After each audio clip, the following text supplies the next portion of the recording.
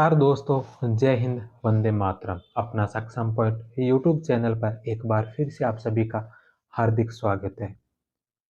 कल की क्लास में हमने 5th नंबर चैप्टर को किया था शुरू, जिसमें हम जैन धर्म और बौद्ध धर्म से संबंधित कुछ प्रश्न कर रहे थे, जिसमें हमने 150 प्रश्न कर लिए थे। बाकी बचे जो 150 प्रश्न हैं 151 से 300 तक, उनको हम आज की क्लास में करने वाले हैं। तो करते हैं हम आगे के प्रश्नों को। और हाँ, अभी तक आपने अगर हमारे चैनल को सब्सक्राइब नहीं किया है तो कृपया चैनल को सब्सक्राइब कर दीजिए, और ये क्लासेज अगर आपको पसंद आ रही है तो वीडियो को लाइक भी कर दीजिए। तो करते हैं आज की क्लास को शुरू 151 नंबर क्वेश्चन से। 151 नंबर क्वेश्चन है कि कल्पसूत्र के अनुसार महावीर के जीवन काल में कितनी स्त्रियों ने निर्वाण प्राप्त कर लिया। कल्पसूत्र के अनुसार महावीर के जीवन काल में कितनी स्त्रियों ने निर्वाण प्राप्त कर लिया था, तो 1400 स्त्रियों ने। बे नंबर ऑप्शन। कल्पसूत्र के अनुसार कल्पसूत्र के अनुसार जिस समय महावीर की मृत्यु हुई उस समय 14,000 परिवारजक 36,000 जैन साध्वी, 1,59,000 जैन अयाजक पुरुष तथा 3,18,000 जैन अयाजक स्त्रियां मौजूद थी। उनके जीवन काल में 1400 स्त्रियों ने निर्वाण प्राप्त किया, वहीं केवल 700 पुरुषों ने श्वेतांबर के द्वारा श्वेतांबर के द्वारा वस्त्र पहनना या नहीं पहनना वैकल्पिक था। श्वेतांबर यह स्वीकार करते थे कि एक स्त्री के द्वारा उसके जीवन काल में ही मोक्ष की प्राप्ति की जा सकती है। जैन संघ में भी लिंग संवेदी विभेद के तत्व मौजूद थे। कोई भी जैन परिवारजक चाहे कितना भी कनिष्ठ क्यों न हो, उसके उपस्थित होने पर जैन परिवारजिका को औपचारिक सम्मान देना बाध्यता थी।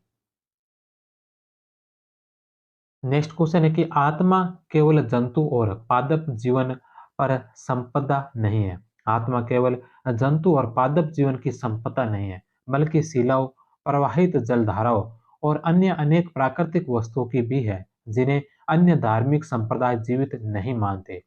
उपयुक्त कथन प्राचीन भारत के निम्नलिखित में से किस धार्मिक संप्रदाय से संबंधित है, तो जैन धर्म से। बे नंबर ऑप्शन। नेक्स्ट क्वेश्चन है कि महापुराण में आचार्य जिनसेन ने किसे ब्राह्मण वर्ण की स्थापना का श्रेय दिया है। महापुराण में आचार्य जिनसेन ने किसे ब्राह्मण वर्ण की स्थापना का श्रेय दिया है, तो भरत को। बे नंबर ऑप्शन। नेक्स्ट क्वेश्चन है कि जैन धर्म में देवनंदा किस रूप में प्रसिद्ध थी। जैन धर्म में देवनंदा किस रूप में प्रसिद्ध है, तो महावीर की माता। कल्पसूत्र में लिखा है कि महावीर पहले ऋषभदत्त नामक ब्राह्मण की पत्नी देवनंदा के गर्भ में आए थे। शक्र इंद्र ने उन्हें त्रिशिला क्षत्रिय के गर्भ में प्रतिस्थापित किया। त्रिशिला वैशाली के चैटक की बहन थी, जबकि बिंबिसार ने चैटक की पुत्री चेलना से विवाह किया था। नेक्स्ट क्वेश्चन है कि जैन दर्शन संबंधी पुस्तकों और उनके लेखकों को सुमेलित कीजिए। एक तरफ पुस्तकें दे रखी है और सामने उनके लेखक दे रखे हैं। तो सबसे पहले नंबर पर पुस्तक है समय सार। समय सार किसकी है, तो समय सार है कुंडकुंड की। दूसरे नंबर पर है युक्तानुशासन। युक्तानुशासन के लेखक कौन है, सामंत भद्र। तीसरे नंबर पर है न्यायवतार। न्यायवतार है जो सिद्धसेन दिवाकर की है, और सर्वार्थ सिद्धि है जो पूज्यपाद की पुस्तक है। तो सी, डी, ए और B, the number option. Kundakunda Andhra Pradesh के एक दिगंबर जैन विद्वान थे। उन्होंने प्राकृत भाषा में ग्रंथ लिखे। उनके ग्रंथों में सबसे प्रसिद्ध सम्यसार तथा प्रवचन सार है। सामंत भद्र के प्रमुख दार्शनिक ग्रंथों में आप्तमीमांसा और युक्तानुशासन है। उनकी लिखी गई स्वयंभू स्रोत जिन स्तुति शतक तीर्थंकरों की प्रशंसा में लिखी गई पुस्तक है, जबकि उनका रत्नाकर नंद श्रावकाचार्य आम जैन धर्मावलंबियों के लिए अपेक्षित नैतिक शास्त्र है। सिद्धसेन दिवाकर के महत्वपूर्ण ग्रंथों में न्यायवतार तथा सम्मति तर्क सूत्र प्रमुख है। इनमें अनेकतावाद के सिद्धांत की तर्क के आधार पर व्याख्या की गई है। दिगंबर और श्वेतांबर दोनों संप्रदायों के अनुयायियों अनुयायियों के द्वारा इन्हें पूज्य स्वीकारा गया है। पूज्यपाद 5वीं शताब्दी सामान्य संवत जैनेन्द्र नामक व्याकरण पर लिखे गए एक ग्रंथ के लेखक थे। उनकी दूसरी रचना स्वार्थ सिद्धि के द्वारा तर्क में उनकी सिद्धता प्रमाणित होती है। यह तत्वार्थ दिमक सूत्र पर लिखी गई टीका है। नेक्स्ट क्वेश्चन है कि दिगंबर व श्वेतांबर संप्रदायों में विवाद का मुख्य बिंदु था। दिगंबर व श्वेतांबर संप्रदायों में विवाद का मुख्य बिंदु क्या था? तो अनुशासन और कठोर जीवन। The number option. Next question है कि निम्नलिखित तीर्थंकरों को उनके संबंधित यक्ष को सुमेलित कीजिए। तीर्थंकर और सामने संबंधित यक्ष दे रखे हैं, उनसे हमें सुमेलित करना है। तो सबसे पहले नंबर पर है महावीर स्वामी। महावीर स्वामी का संबंध मातंग से, पार्श्वनाथ का संबंध धर्मेंद्र से, नेमिनाथ का संबंध सरवाहान से और आदिनाथ का संबंध है जो गोमुख से। सी, बी, डी और ए। The number option.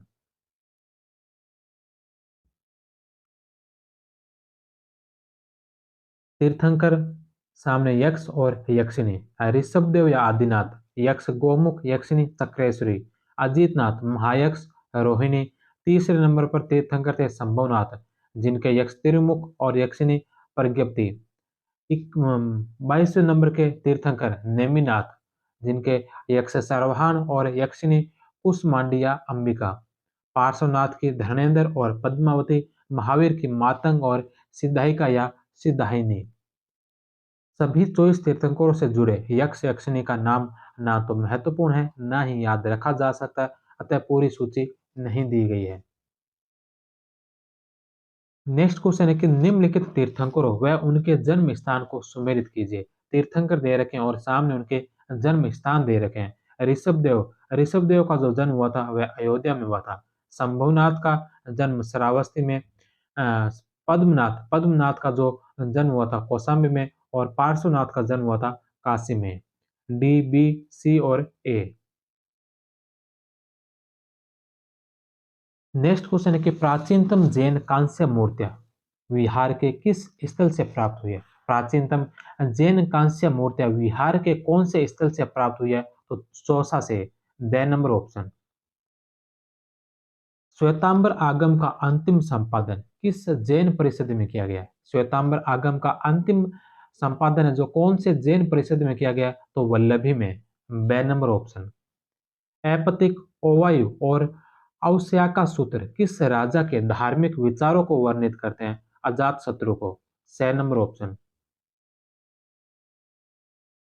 ऐपतिक और अवस्याका सूत्र जैन साहित्य का एक हिस्सा है जो मगध के राजा अजात शत्रु के धार्मिक विचारों पर प्रकाश डालते हैं। नेक्स्ट क्वेश्चन है कि निम्नलिखित में से कौन महावीर के समय भिक्षुणी संघ की प्रधान बनी थी? महावीर के समय भिक्षुणी संघ की प्रधान कौन बनी थी? तो यह बनी थी चंदना। चंदना जो प्रथम जैन भिक्षुणी भी कहा जाता है। नेक्स्ट क्वेश्चन है कि जैन धार्मिक ग्रंथों के संबंध में निम्नलिखित में से कौन सा सुमेलित नहीं है? इसमें से कौन सा जो सुमेलित नहीं है? ए नंबर पर है अंग। अंग जो 12 थे, उपांग है, उपांग भी 12 थे। अंग 12 थे, उपांग भी 12 थे। परवीन, परवीन 8 नहीं थे बल्कि परवीन है जो परकीर्ण है जो 10 थे। 6 नंबर इसका गलत होगा। और छेद सूत्र, छेद सूत्र जो 6 थे। तो उपांग 12 थे, छेद सूत्र 6 थे, अंग 12 थे, परकीर्ण जो 8 नहीं बल्कि 10 थे। 6 नंबर ऑप्शन इसका गलत होगा। जैन ग्रंथों को सामूहिक रूप से सिद्धांत अथवा आगम की संज्ञा दी गई है। प्रारंभिक जैन ग्रंथ अर्धमागधी प्राकृत भाषा की एक पूर्वी शाखा में उपलब्ध है। जैन धर्म तीसरी शताब्दी में दो शाखाओं में बंट गया, श्वेतांबर और दिगंबर। श्वेतांबर शाखा के धर्म सिद्धांत जिसमें 12 अंग, 12 उवंग या उपांग, 10 पेन या प्रकीर्णन, 6 छह सूत्र या छेद सूत्र, 4 मूल सूत्र या मूल सूत्र में संकलित है। इसके अतिरिक्त नंदी सूत्र तथा अनुगोदर या अनुयोग द्वार जैसे अन्य संग्रह भी उपलब्ध है। 12 अंग, 12 अंग इसमें से कौन से हैं? तो 12 अंग है आचरांग सूत्र, सूत्र कीर्तन, स्थानांग, समवायांग सूत्र, भगवती सूत्र, ज्ञाता धर्म कथा, उवासक दशाओं, अंत दशा, अनु अनुत्रोपातिक दशा, प्रश्न व्याकरण, विपाक श्रुत और दृष्टिवाद। नेक्स्ट क्वेश्चन है, निम्नलिखित में से कौन सा शासक जैन धर्म का संरक्षक नहीं था? जैन धर्म का संरक्षक इसमें से कौन सा नहीं था? तो बिंबिसार, खारवेल और चंद्रगुप्त मौर्य, ये तीनों जैन धर्म के संरक्षक थे। कनिष्क जो जैन धर्म का संरक्षक नहीं था। अजातशत्रु भी कुछ समय तक जैन धर्म का संरक्षक रहा। चालुक्य, गंग व राष्ट्रकूट शासकों ने भी जैन धर्म को संरक्षण प्रदान किया। खारवेल ने उदयगिरी की पहाड़ियों पर जैनियों के लिए गुफा बनवाई। दक्षिण भारत में कर्नाटक जैन धर्म का प्रमुख केंद्र था, लेकिन शंकराचार्य के उद्भव के बाद वहां जैन धर्म कमजोर पड़ गया था। नेक्स्ट क्वेश्चन है कि उत्तर मौर्य काल में निम्नलिखित में से कौन सा इलाका श्वेतांबर जैनियों का गढ़ था? उत्तर मौर्य काल में कौन सा इलाका जो श्वेतांबर जैनियों का गढ़ था? तो यह था मथुरा। ए नंबर ऑप्शन। नेक्स्ट क्वेश्चन है कि निम्नलिखित में से कौन सा सुमेलित नहीं है? निम्नलिखित में से कौन सा जो सुमेलित नहीं है? सबसे पहला है भद्रक। भद्रक जो दिगंबर मंदिर प्रबंधक होते थे उन्हें भद्रक कहा जाता था। दूसरे नंबर पर है श्रावक। श्रावक श्रावक श्वेतांबर शिक्षक। तो श्रावक श्वेतांबर शिक्षक को नहीं बल्कि जो जैन उपासक होते थे, जो ग्रस्त रहते थे, ग्रस्त जो उपासक थे जैन धर्म के, उन्हें श्रावक कहा जाता था। बे नंबर ऑप्शन गलत होगा। छुलक। छुलक जो दिगंबर जैन मुनि के दीक्षा संस्कार की आरंभिक अवस्था थी, ये सत्य है। और चौथे नंबर पर है यति। यति है जो श्वेतांबर भिक्षु जो धार्मिक दिनचर्या का अच्छी तरह पालन करते थे। तो द, स और ए सही है। ब जो इसका गलत है। श्रावक जैन उपासक या गृहस्थ जैनी। नेक्स्ट क्वेश्चन है कि निम्नलिखित में से किस ग्रंथ में हुन शासक तोरमान को जैन धर्म का संरक्षक बताया गया? निम्नलिखित में से कौन से ग्रंथ में हुन शासक तोरमान को जैन धर्म का संरक्षक बताया गया? कुल्यमाला को। बे नंबर ऑप्शन। नेक्स्ट क्वेश्चन है कि निम्नलिखित जैन ग्रंथों और लेखकों को सम्मिलित कीजिए। जैन ग्रंथ और लेखक दे रखे हैं, इनको सम्मिलित करना है। सबसे पहले नंबर पर जैन ग्रंथ है तत्वार्थ राजवर्तिका। तत्वार्थ राजवर्तिका जो अकलक की रचना है। दूसरे नंबर पर है आत्ममीमांसा कृंत। आत्ममीमांसा कृंत है जो, यह किसकी रचना है? तो यह रचना है विद्यानंद की। आदि पुराण। आदि पुराण की रचना की थी जिनसेन ने। और अनेकांत जय पताका जो इसकी रचना की गई थी हरिभद्र के द्वारा। तो सी, ए, डी और बी। सी, ए, डी और बी। नंबर ऑप्शन सी, ए, डी और बी। नेक्स्ट क्वेश्चन है कि निम्नलिखित जैन तीर्थंकर वह उनके निर्वाण स्थलों को सम्मिलित कीजिए। जैन तीर्थंकर और उनके निर्वाण स्थलों को सम्मिलित करना है। सबसे पहले महावीर। महावीर का जो निर्वाण स्थल था वह था पावापुरी। ऋषभनाथ। ऋषभनाथ का निर्वाण स्थल अष्टापाव। नेमिनाथ का निर्वाण स्थान उज्जैन। और वासुपूज्य का निर्वाण स्थान है जो चंपा था। तो डी, सी, बी और ए नंबर ऑप्शन। ऐसा माना जाता है कि 24 में से 20 तीर्थंकरों का निर्वाण स्थल झारखंड स्थित समेध शिखर है। सबसे महत्वपूर्ण वाराणसी में जन्मे 23वें तीर्थंकर पार्श्वनाथ है, उनका निर्वाण भी समेध शिखर पर हुआ है। नेक्स्ट क्वेश्चन है कि गौतमेश्वर या बाहुबली की एक 17.5 मीटर ऊंची विशाल प्रतिमा कहाँ बनी है? गौतमेश्वर या बाहुबली की एक 17.5 मीटर ऊंची विशाल प्रतिमा कहाँ बनी है? तो यह बनी है कर्नाटक के श्रवणबेलगोला में। जैन परंपरा के अनुसार गोमट या बाहुबली प्रथम तीर्थंकर आदिनाथ के पुत्र थे। ग्रेनाइट से बनी इस प्रतिमा का निर्माण गंग राजा रचमल या राजामल के एक मंत्री चामुंड राजा द्वारा करवाया गया। भगवान बाहुबली का महामस्तकाभिषेक भी किया जाता है।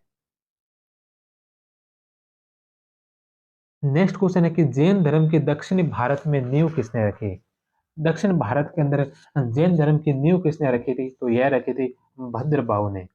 उत्तर भारत में अकाल की स्थिति में भद्रबाहु ने जैन संघ का कार्यालय स्थूलभद्र को सौंपा और स्वयं अनुयायियों के साथ कर्नाटक चले गए। चंद्रगुप्त मौर्य भी उन्हीं के साथ कर्नाटक गए थे। भूखे रहकर सलेंकना विधि से श्रवण बेलगोला में प्राण त्यागे थे। कुछ अंतराल के उपरांत दक्षिण में विशाख को उत्तराधिकारी नियुक्त कर भद्रबाहु जब वापस लौटे तो स्थूलभद्र और उसके अनुयायियों के साथ विवाद हो गया। क्योंकि वे श्वेत वस्त्र धारण करने लगे थे, जबकि भद्रबाहु व उनके अनुयायी महावीर के निर्देशानुसार नग्न रहते थे। भद्रबाहु व उनके अनुयायी दिगंबर व स्थूलभद्र और उनके अनुयायी श्वेतांबर कहलाए। कहा जाता है कि 14 पूर्व कहे जाने वाले जैन ग्रंथों को जानने वाला अंतिम विद्वान भद्रबाहु था। भद्रबाहु ने पाटलिपुत्र में हुई संगीति में भाग नहीं लिया। इसी कारण स्थूलभद्र की अध्यक्षता वाली इस संगीति में संकलित 12 अंगों को दिगंबरों ने मान्यता नहीं दी थी। भद्रबाहु का जन्म पुंडवर्धन बंगाल व स्थूलभद्र का जन्म पाटलिपुत्र में हुआ था। नेक्स्ट क्वेश्चन है, बसादी शब्द किसके लिए प्रयुक्त होता है? तो बसादी जो शब्द है यह जैन मठों के लिए प्रयुक्त होता है। ए नंबर ऑप्शन।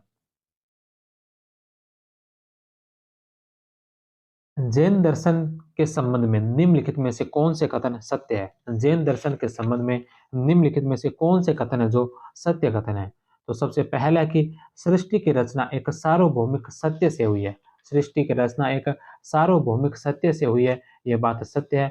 दूसरा ऑप्शन है कि एक विनाशकारी महाप्रलय से सृष्टि का अंत निश्चित है। तो जैन दर्शन है जो सृष्टि के अंत की बात नहीं करता है। 2 नंबर ऑप्शन इसका गलत है। तीसरा है कि कर्म को विनिष्ट करने का मार्ग तपश्चर्या है। कर्म को विनिष्ट करने का मार्ग तपश्चर्या है, यह सही है। कर्म आत्मा का अभिशाप है, इसका अंत करना चाहिए, यह भी सही है। तो 1, 3 और 4 ये तीनों जैन दर्शन के संबंध में सत्य है। 2 नंबर है जो इसका गलत होगा। उत्तर प्रदेश के कौशाम्बी स्थित जैन तीर्थ स्थल प्रभासगिरी में किस जैन तीर्थंकर का प्रसिद्ध मंदिर है? उत्तर प्रदेश के कौशाम्बी स्थित जैन तीर्थ स्थल प्रभासगिरी में कौन से जैन तीर्थंकर का प्रसिद्ध मंदिर स्थित है? तो यह पद्म प्रभु का। 6 नंबर ऑप्शन। नेक्स्ट क्वेश्चन है कि आत्मा आत्मा को पंच परम श्रेष्ठी श्रेणी सिद्ध अरिहंत आचार्य उपाध्याय व साधु में किस संप्रदाय ने बांटा था? तो जैन संप्रदाय ने। नेक्स्ट क्वेश्चन है कि निरावली सूत्र के अनुसार चेटक ने मगध के किस शासक के विरुद्ध काशी और कौशल के राजाओं के साथ मिलकर एक संघ बनाया था? अजात शत्रु ने। भगवती सूत्र में भी काशी और कौशल के 18 गणराज्यों के महासंघ द्वारा अजात शत्रु के विरोध की जानकारी दी गई है। नेक्स्ट क्वेश्चन है कि जैन धर्म के संबंध में निम्नलिखित कथनों में से कौन से कथन सत्य कथन है? पहला कि जैन धर्म का आधारभूत बिंदु अहिंसा है, तो यह सही है। जैन धर्म में पूर्ण ज्ञान को कैवल्य कहा जाता है, यह भी सत्य है। पूर्ण ज्ञान प्राप्त करने वाले केवलिन कहलाता है, यह भी सत्य है। ईश्वर का स्थान जिन से नीचे माना गया है, तो ईश्वर का स्थान जिन से नीचे माना गया है, यह बात भी सत्य है। तो चारों ही ऑप्शन इसके राइट होंगे।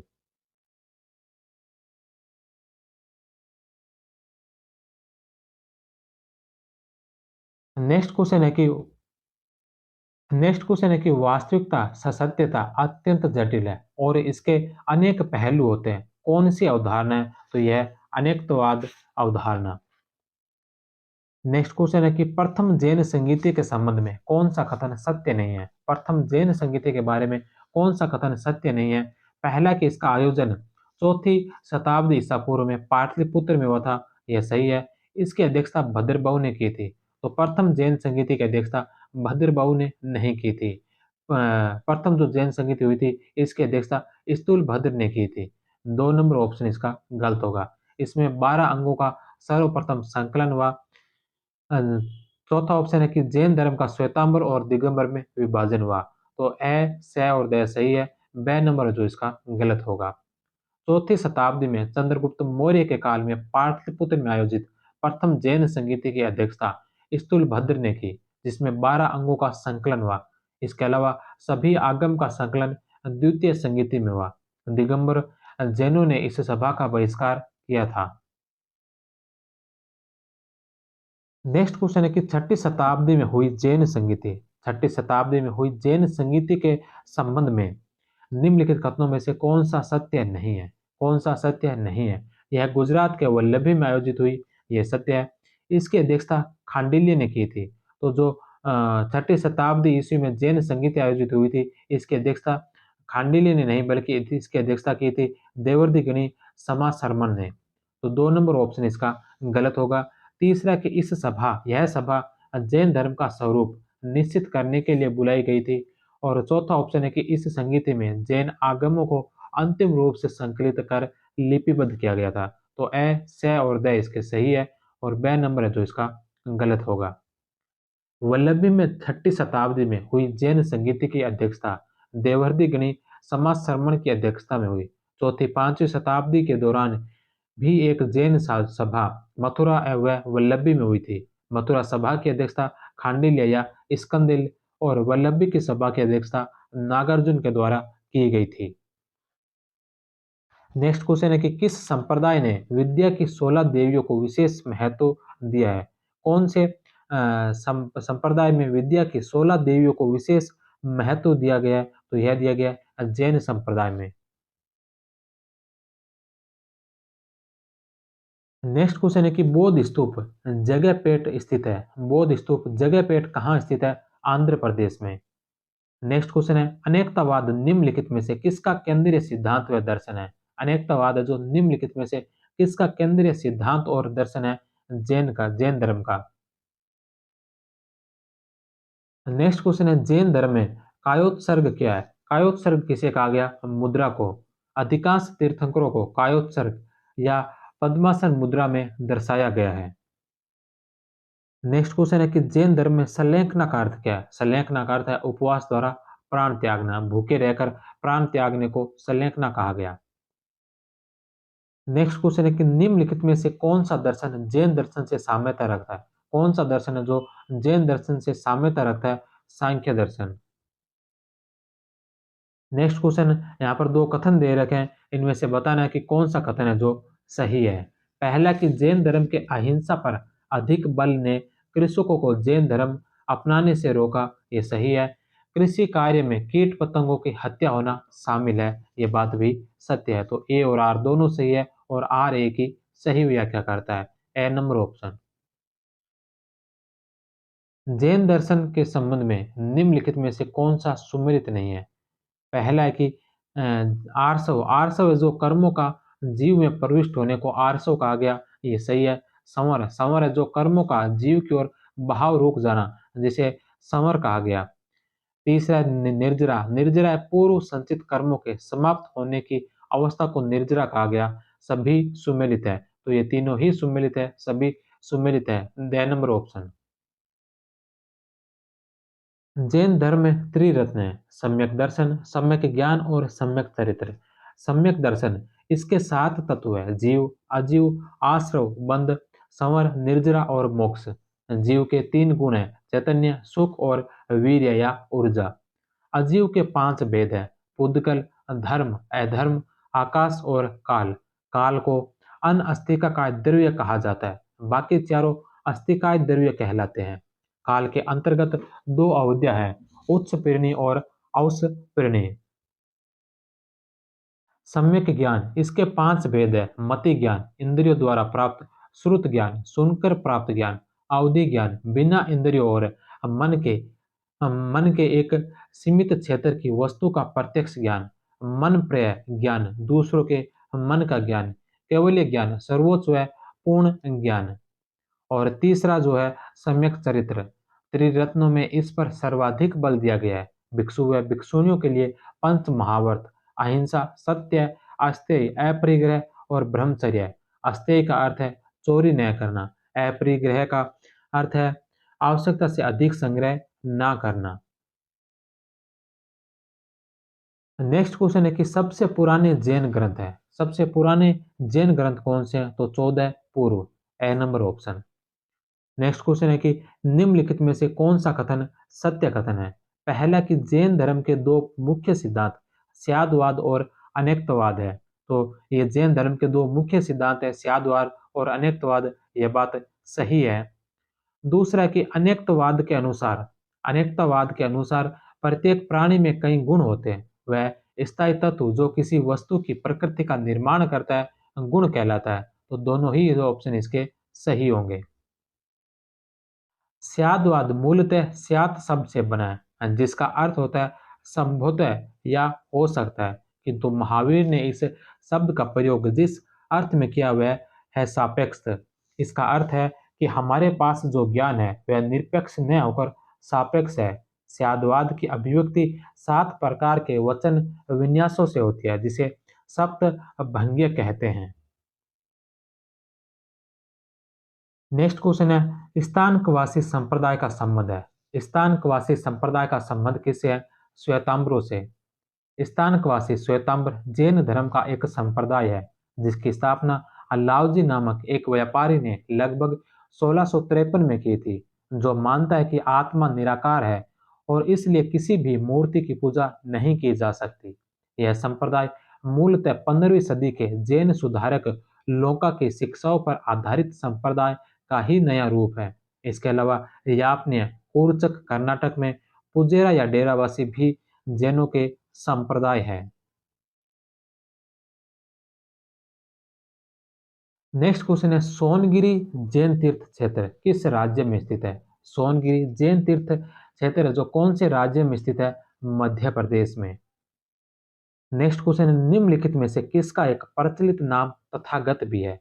निम्नलिखित में से किसका एक प्रचलित नाम तथागत है? तो तथागत नाम है महात्मा बुद्ध का। तथागत का अर्थ है जैसे आए थे वैसे ही गए और अपने जीवन मृत्यु पुनर्जन्म के चक्र से मुक्त कर लिया। नेक्स्ट क्वेश्चन है, सारीपुत और महामोगलान बौद्ध संघ से जुड़ने से पहले किसके अनुयायी थे? सारीपुत और महामोगलान जो बौद्ध संघ से जुड़ने से पहले किसके अनुयायी थे? तो यह थे संजय वेथलीपुत। नेक्स्ट क्वेश्चन है, बौद्ध ग्रंथों के अनुसार किसने बुद्ध को ज्ञान प्राप्ति के मार्ग से डिगाने के लिए प्रलोभन दिए? बौद्ध ग्रंथों के अनुसार किसने बुद्ध को जो ज्ञान प्राप्ति के मार्ग से डिगाने के लिए प्रबोधन दिए थे? तो मार ने। मारा या मार या इसी का अन्य नाम नमुची मिलता है। बुद्ध की भूमि स्पर्श मुद्रा भी मार के प्रलोभनों के बावजूद अपनी शुचिता और शुद्धता का साक्ष्य होने के लिए बुद्ध द्वारा धरती का आह्वान करने का प्रतीक है। भूमि स्पर्श मुद्रा में बुद्ध की गुप्त काल में सारनाथ में बनी प्रतिमा प्रसिद्ध है। तारा को बौद्ध धर्म में एक बोधिसत्व माना गया। वज्रयान संप्रदाय में इन्हें देवी का स्थान प्राप्त था। नेक्स्ट क्वेश्चन है कि बौद्ध भिक्षुओं के लिए बुद्ध द्वारा निर्धारित नियमों के संबंध में निम्नलिखित में से कौन सा सत्य नहीं है? बौद्ध भिक्षुओं के लिए बुद्ध द्वारा निर्धारित नियमों के संबंध में निम्न में से कौन सा सत्य नहीं है? भिक्षु किसी जीव के प्रति हिंसा नहीं करते थे। भिक्षुओं से अपेक्षा की जाती थी कि वे उन जल स्रोतों के पानी का इस्तेमाल न करें जिससे सूक्ष्म जीव रहते हैं। तीसरा कि भिक्षु के लिए मांसाहार का प्रयोग वर्जित था, तो मांसाहार का प्रयोग वर्जित नहीं था। सही नंबर इसका गलत है। विहारवासी भिक्षु कच्चा या अधपका मांस स्वीकार नहीं कर सकते थे। यह बात है जो सही है। भिक्षु और भिक्षुणी किसी जीव के प्रति हिंसा कर नहीं सकते थे। उनसे अपेक्षा थी कि वे उन जल स्रोतों के पानी का इस्तेमाल न करें जिनमें सूक्ष्म जीव रहते हैं, किंतु अहिंसा पर दिए गए इसे विशेष महत्व के बावजूद भिक्षुओं द्वारा मांसाहार को वर्जित नहीं किया गया था।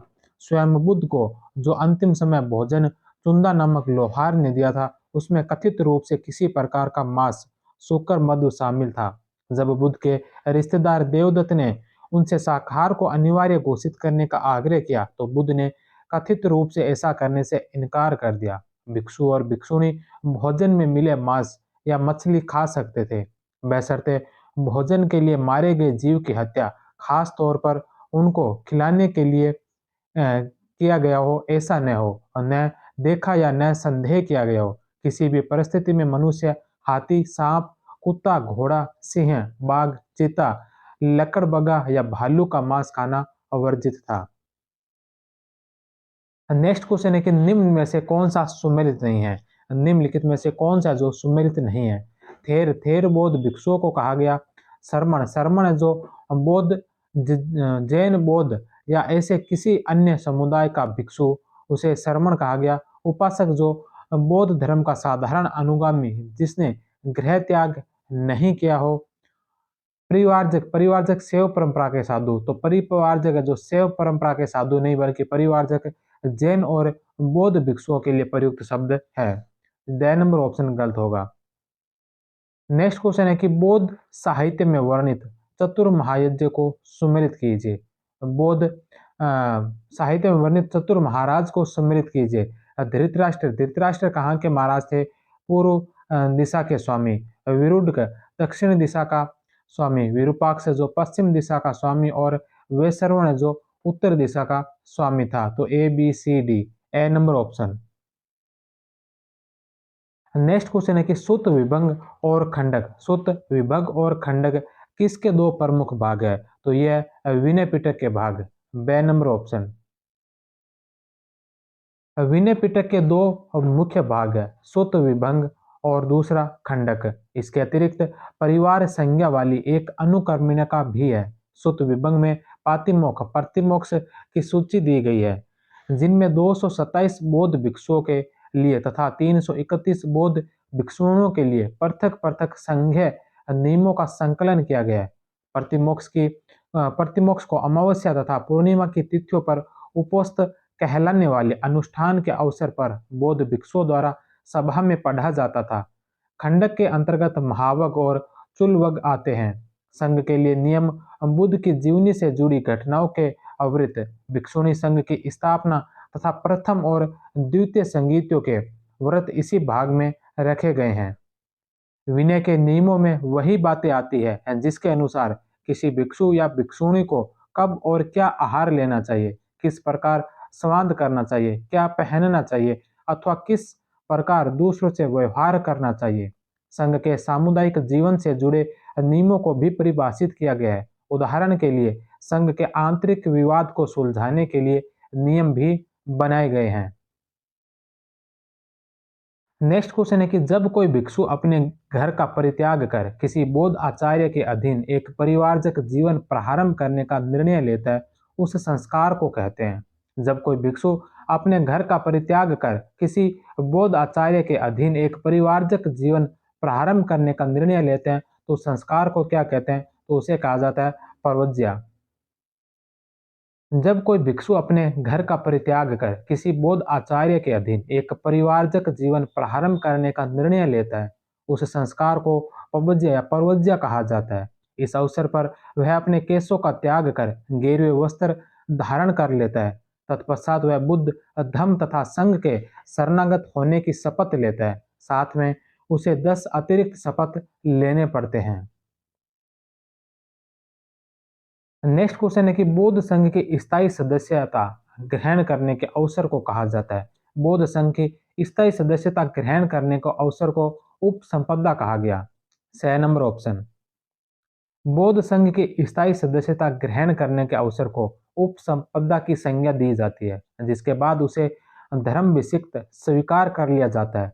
एक भिक्षु के पास 3 वस्त्र, एक भिक्षा पात्र, छुरा, सुई, कमर में बांधने के लिए एक पेटी और एक कमंडल, यही 8 व्यक्तिगत संपत्ति होती थी।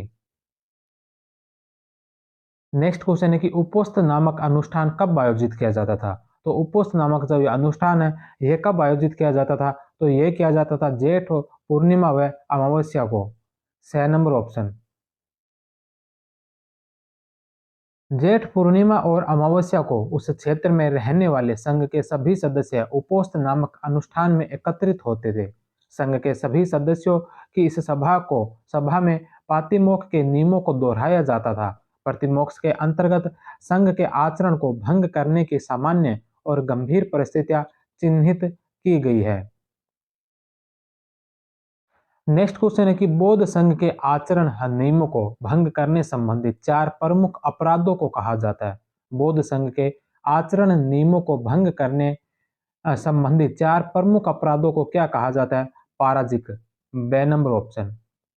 विनय पिटक में संघ के आचरण को भंग करने के विरुद्ध साधारण प्रायश्चित से लेकर संघ से पूर्ण निष्कासन का प्रावधान दिया गया है। इनमें से सबसे गंभीर आचरण अपराधों को पराजिक कहा गया है, जिनमें संघ से निष्कासित किया जा सकता है। वे है संभोग, उसे लेना जो नहीं दिया गया हो, किसी की हत्या करना और आध्यात्मिक उपलब्धि की झूठी घोषणा करना।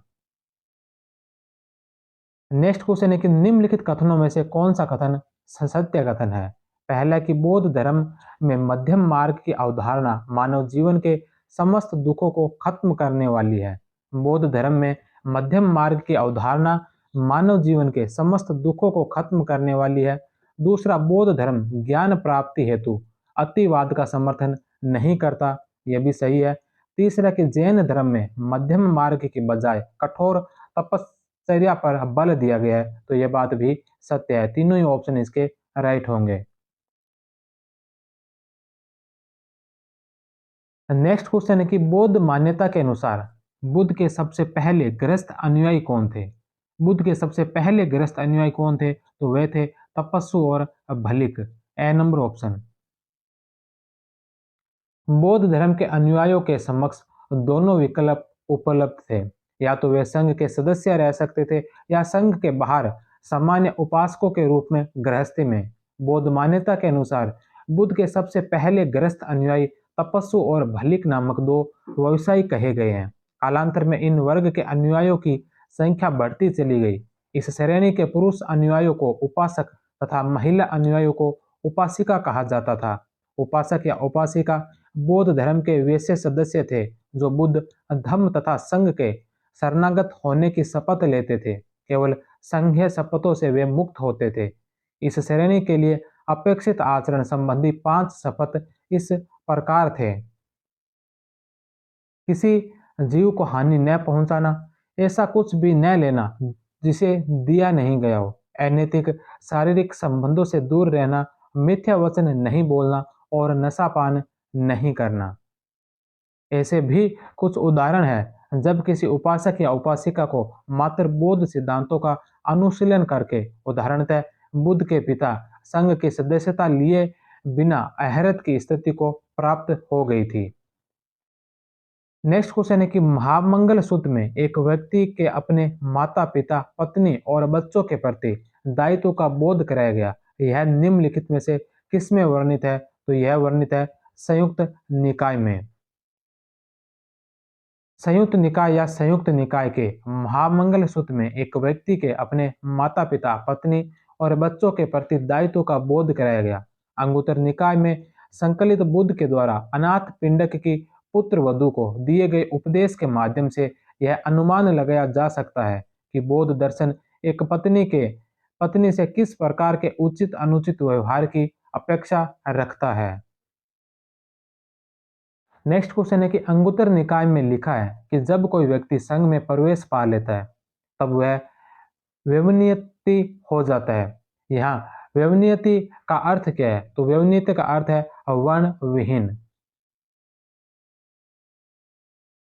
नेक्स्ट क्वेश्चन है कि निम्नलिखित में से बुद्ध का कौन सा शिष्य क्षत्रिय वर्ण से था? बुद्ध का कौन सा शिष्य जो क्षत्रिय वर्ण से था? तो वह था आनंद। संघ में ब्राह्मणों और क्षत्रियों की संख्या बड़ी थी, जिसमें गण संघों से आने वाले क्षत्रिय भी थे अथवा उच्च कुल के सदस्यों की बहुलता थी। गृहपति, सेठी या निम्न कुलों से आने वाले सदस्यों की संख्या काफी कम मालूम पड़ती है। कई प्रसिद्ध ब्राह्मण जैसे सारिपुत्र, महामोगलान और महाकश्यप जैसे भिक्षुओं का नाम आता है। प्रसिद्ध क्षत्रिय भिक्षुओं में स्वयं बुद्ध के अतिरिक्त आनंद और अनिरुद्ध के नाम लिए जा सकते हैं। शाक्यों के उपाली नाम के एक हजाम का नाम भिक्षुओं के अपवाद के रूप में देखा जा सकता है। नेक्स्ट क्वेश्चन है कि वह बौद्ध भिक्षुणी जिसके उपदेश से प्रसेनजीत इतना प्रभावित हुआ कि उपदेश की समाप्ति पर उसने अपने स्थान से उठकर भिक्षुणी को सम्मान दिया। वह बौद्ध भिक्षुणी जिसके उपदेश में प्रसेनजीत इतना प्रभावित हुआ कि उपदेश की समाप्ति पर उसने अपने स्थान से उठकर भिक्षुणी को सम्मान दिया, तो वह कौन थी? तो वह थी खेमा। संयुक्त निकाय में खेमा नाम की एक बौद्ध भिक्षुणी का प्रसंग है, जिसके उपदेश से प्रसेनजीत इतना प्रभावित हुआ कि उपदेश की समाप्ति पर राजा ने अपने स्थान से उठकर भिक्षुणी को सम्मान दिया। अंगुत्तर निकाय में एक दूसरा प्रसंग उद्धत है, जिसके अनुसार विशाखा नाम की एक उपासिका द्वारा पूछे गए प्रश्न के धम्मदिना थेरी द्वारा दिए गए उत्तर को सुनकर बुद्ध ने यही कहा कि विशाखा भिक्षुणी धम्मदिना वास्तव में विदुषी है। यदि यह प्रश्न तुमने मुझसे पूछे होते तो मैं भी तुम्हें बिल्कुल यही उत्तर दिया होता। प्रसेनजीत कौशल का राजा था और महात्मा बुद्ध के लगभग समान आयु का था। नेक्स्ट क्वेश्चन है कि थेरी गाथा कितने गीतों का संग्रह है? थेरी गाथा में कितने गीतों का संग्रह है? तो थेरी गाथा के अंदर जो 73 गीतों का संग्रह है। थेरी गाथा ज्येष्ठ भिक्षुणियों के गीत 73 गीतों का संग्रह, जिनमें 522 कवित है। इनकी रचना आध्यात्मिक रूप से विकसित भिक्षुणियों ने की थी। इनमें से कई भिक्षुणियों के विषय में यह प्रचलित था कि वे तैविज्य या तिविज्य की ज्ञाता थी, जो केवल अहरतों की विशेषता है। नेक्स्ट क्वेश्चन है कि किस अवसर पर भिक्षुणियों को अनिवार्य रूप से भिक्षुओं को संबोधित करना होता था? किस अवसर पर भिक्षुणियों को जो अनिवार्य रूप से भिक्षुओं को संबोधित करना होता था? तो उपोस्त के अवसर पर। नेक्स्ट क्वेश्चन है कि निम्नलिखित में से कौन सा अष्टांगिक मार्ग का भाग नहीं है? कौन सा जो अष्टांगिक मार्ग का भाग नहीं है? तो सम्यक दृष्टि, सम्यक संकल्प और सम्यक व्यायाम, ये तीनों अष्टांगिक मार्ग के भाग है। सम्यक संपत्ति है जो इसका भाग नहीं है। अष्टांगिक मार्ग सम्यक दृष्टि, सम्यक संकल्प, सम्यक वाक, सम्यक कर्मांत, सम्यक आजीव, सम्यक व्यायाम, सम्यक स्मृति और सम्यक समाधि। नेक्स्ट क्वेश्चन है कि निम्नलिखित में से किस शासक ने बौद्ध धर्म के विस्तार में कोई योगदान नहीं दिया? कौन से शासक ने बौद्ध धर्म के विस्तार में कोई योगदान नहीं दिया था? तो कनिष्क, अशोक और हर्षवर्धन, इन तीनों का बौद्ध धर्म में योगदान रहा है। पुष्यमित्र शुंग ने जो बौद्ध धर्म में के विकास में कोई योगदान नहीं दिया था। नेक्स्ट क्वेश्चन है कि बौद्ध धर्म के संबंध में निम्नलिखित में से कौन से कथन सत्य कथन है? निम्नलिखित में से कौन कौन से कथन है जो बौद्ध धर्म से संबंधित सत्य कथन है? पहला है कि चैत्य बौद्ध उपासना स्थल था। चैत्य जो बौद्ध धर्म का उपासना स्थल था, ये सही है। दूसरा है कि विहार बौद्ध भिक्षुओं के निवास स्थल थे, यह भी सत्य है। तीसरा, स्तूप महात्मा बुद्ध व बोधिसत्वों के अवशेषों व प्रयुक्त वस्तुओं पर बनाए गए थे, यह भी सत्य है। स्तूप पर दक्षिणावर्त परिक्रमा की जाती है, यह बात भी सही है। तो चारों ही ऑप्शन इसके राइट है। नेक्स्ट क्वेश्चन है कि निम्नलिखित को सुमेलित कीजिए। यहाँ पर सुमेलित करना है। यहाँ पर कुछ क्षेत्रों के नाम दे रखे हैं और वहाँ के जो गणराज्य थे, गणराज्यों के नाम दे रखे हैं जो सुमेलित करना है। तो सबसे पहला है पावा। पावा के कौन थे? तो पावा के थे मल्ल। मल्ल जो है ये पावा के थे। अलकप, अलकप के बुली। पीपली वन के मौर्य और सुसुमार के भग। तो शासक वंश जो मौर्य, ये पीपली वन के और सुसुमार है जो भग के। तो बी, ए, डी और सी 6 नंबर ऑप्शन। शासक वंश पावा व कुशीनारा के मल्ल, अलकप के बुल्ली, पीपली वन के मौर्य, सुसुमार के भग, केशपुत के कलाम, देवदह व रामग्राम के कोल्य। नेक्स्ट क्वेश्चन है कि भारत में क्षणिकवाद का प्रतिपादन किसने किया था? भारत में क्षणिकवाद का प्रतिपादन किसने किया? महात्मा बुद्ध ने। नेक्स्ट क्वेश्चन है कि निम्नलिखित में से कौन सा गौतम बुद्ध के समकालीन एक गणराज्य नहीं था? कौन सा जो गौतम बुद्ध के समकालीन एक गणराज्य नहीं था? तो अवंती, मल्ल, शाक्य और वज्जी, ये तीनों गौतम बुद्ध के समकालीन गणराज्य थे, लेकिन अवंती जो गौतम बुद्ध का समकालीन गणराज्य नहीं था। नेक्स्ट क्वेश्चन है कि निम्नलिखित कथनों में से कौन सा सत्य कथन है? निम्नलिखित कथनों में से कौन सा कथन है जो सत्य है? पहला है कि महायान का मुख्य उद्देश्य बुद्धत्व की प्राप्ति के लिए बोधिसत्व के मार्ग पर चलना था, तो ये सही है। हैरत वह है जो निर्वाण प्राप्ति के लिए प्रयास करता है, ये भी सत्य है। तीसरा कि बोधिसत्व महान ज्ञान की प्राप्ति के बाद निर्वाण के बजाय पहले अन्य उपासकों को ज्ञान प्राप्ति में सहायता करता है, तो ये बात भी सही है। तो तीनों ही ऑप्शन इसके राइट होंगे। अहरत वह है जो निर्वाण के लिए प्रयास करता है। निर्वाण की प्राप्ति के बाद वह जीवन और मृत्यु के चक्र से मुक्त हो जाता है या संसार के बंधन से मुक्त हो जाता है। दूसरी ओर बोधिसत्व जो महान ज्ञान की प्राप्ति करता है, किंतु निर्वाण के स्वयं को समय को वह तो तब तक पृथक रखता है जब तक वह निर्वाण की प्राप्ति या मुक्ति के लिए अन्य उपासकों और भिक्षुओं की सहायता न कर सके। बोधिसत्व का सर्वोच्च आदर्श महाकरुणा है, जो महायान का एक मुख्य लक्षण है। बोधिसत्व अपने बुद्धत्व प्रवृत्ति के मार्ग में कई चरणों को प्राप्त करता है। इन्हें ही पारमिता कहा गया है। आरंभिक दौर में ऐसी 6 पारमिताएं थी, बाद में इनका विस्तार 10 तक हो गया। दान, शील, शांति या धैर्य, वीर्य या बौद्धिक बल, ध्यान, प्रज्ञा, उपाय कौशल, परिनिधान या दृढ़ संकल्प, बल और ज्ञान, ये सभी इनके गुणों में आते हैं। नेक्स्ट क्वेश्चन है कि बौद्ध धर्म में पंच स्कंद का सही क्रम क्या है? बौद्ध धर्म के जो पंच स्कंद है इनका सही क्रम क्या है? तो इसमें सबसे पहले रूप, फिर वेदना, वेदना के पश्चात संज्ञा, फिर संस्कार और विज्ञान। 2, 3, 5, 1 और 4। नेक्स्ट क्वेश्चन है कि निम्नलिखित में से कौन सा महायान की माध्यमिक विचारधारा का ग्रंथ नहीं है? कौन सा महायान की माध्यमिक विचारधारा का ग्रंथ नहीं है? तो चतुशतक शास्त्र, प्रज्ञा प्रदीप और मूल माध्यमिका कारिका, ये तीनों है जो महायान की माध्यमिक विचारधारा के ग्रंथ है। संधि निर्मोचन, संधि निर्मोचन है जो योगाचार विचारधारा के प्रमुख ग्रंथ है।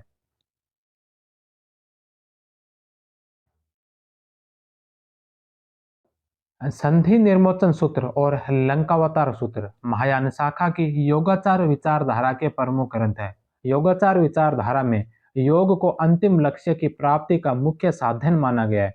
ऐसा माना जाता है कि इस विचारधारा के संस्थापक मैत्रेय नाथ थे। असंग और वसुबंधु दोनों 4वीं शताब्दी ईसा पूर्व, स्थिरमती 6वीं शताब्दी ईस्वी तथा धर्म कीर्ति 7वीं शताब्दी ईस्वी इस विचारधारा के प्रमुख भिक्षु हुए हैं। माध्यमिक विचारधारा के प्रमुख ग्रंथ है मूल माध्यमिक कारिका नागार्जुन, चतुशतक शास्त्र आर्यदेव, माध्यमिक वृत्ति बुद्ध पालक, प्रज्ञा प्रदीप जो भाव विवेक द्वारा मूल माध्यमिक कारिका पर टिप्पणी, माध्यमिक हृदय कारिका भाव विवेक, तर्क ज्वाला माध्यमिक हृदय कारिका पर ही भाव विवेक की टिप्पणी है। प्रश्न पद माध्यमिकावर्ती जो चंद्र कीर्ति की मूल माध्यमिक कारिका पर टिप्पणी है। माध्यमिकावतार जो चंद्र कीर्ति के बोधिचर्यावतार शांति देव, इन्होंने वसुबंधु की त्रिशिका पर टिप्पणी लिखी थी। सत्याध्याय विभंग कारिका ज्ञान गर्भ, इन्होंने संधि निर्मोचन सूत्र पर टिप्पणी लिखी थी। तत्व संग्रह जो शांति रक्षित की, धर्म कीर्ति के वांदन्याय पर टिप्पणी लिखी। महायान परंपरा में वैपुल्य सूत्र का बड़ा महत्व है। इसमें प्रमुख ग्रंथ है प्रज्ञा पारमिता सूत्र, सद सदम पुंडरिक सूत्र, ललित विस्तार, लंकावतार सूत्र, सुवर्ण प्रभास सूत्र, गंड व्यूह सूत्र, तथागत गुह्य सूत्र, समाधिराज सूत्र, 10 भूमिक सूत्र। मूल सर्वास्तिवादी विनय ग्रंथ में आचार व्यवहार के नियमों का संग्रह है। इसी में भिक्षुओं द्वारा निजी संपत्ति को स्वामित्व में लेना शुरू करने का उल्लेख है। नेक्स्ट क्वेश्चन है कि जातक कथाएं बुद्ध के पूर्व जन्म की कथाएं मूलतः किस भाषा में लिखी गई थी? तो जो जातक कथाएं हैं ये मूलतः पाली भाषा के अंदर लिखी गई थी। नेक्स्ट क्वेश्चन है कि गौतम बुद्ध के समकालीन 6 प्रसिद्ध श्रमणों के विचारों की जानकारी देने वाला सामंज फलसूत्र किस निकाय का हिस्सा है? तो गौतम बुद्ध के समकालीन 6 प्रसिद्ध श्रमणों के विचारों की जानकारी देने वाला सामंज फलसूत्र जो कौन से निकाय का हिस्सा है? तो यह है दिग् निकाय का हिस्सा। ए नंबर ऑप्शन। दिग् निकाय के सामंज फल सूत्र के अनुसार पूर्ण कश्यप, पकुद काचेयन, अजित केश कम्बलिन, संजय वेलठीपुत्र, मखली घोषाल एवं निगंठ नाथपुत्र महावीर बुद्ध के समकालीन प्रसिद्ध श्रमण परिवारजिक गणाचार्य थे। नेक्स्ट क्वेश्चन है कि निम्नलिखित में से किस बौद्ध ग्रंथ में प्राचीन लिपियों की सूची प्राप्त होती है? प्राचीन लिपियों की सूची कौन से बौद्ध ग्रंथ के अंदर प्राप्त होती है? तो यह प्राप्त होती है ललित विस्तार में। यह एक महायान बौद्ध ग्रंथ है जिसमें बुद्ध की जीवनी दी गई है। नेक्स्ट क्वेश्चन है, वोटिव किसका प्रचार है? वोटिव किसका प्रकार है? तो यह स्तूप का प्रकार है।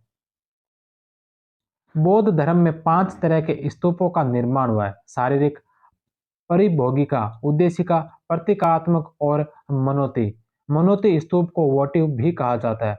इनका आकार छोटा होता है। बुद्ध या बोधिसत्वों के शारीरिक अवशेषों पर शारीरिका, बुद्ध या बोधिसत्वों द्वारा इस्तेमाल वस्तुओं पर बना परिभोगिका, किसी उद्देश्य की पूर्ति हेतु उद्देशिका व प्रतीक के रूप में प्रार्थना हेतु बने छोटे स्तूप प्रतीकात्मक कहलाते हैं। नेक्स्ट क्वेश्चन है कि बौद्ध दर्शन बहुजन हिताय बहुजन सुखाय पर आधारित है। तो ये बात है जो सही है। बौद्ध दर्शन है जो बहुजन हिताय बहुजन सुखाय पर आधारित है।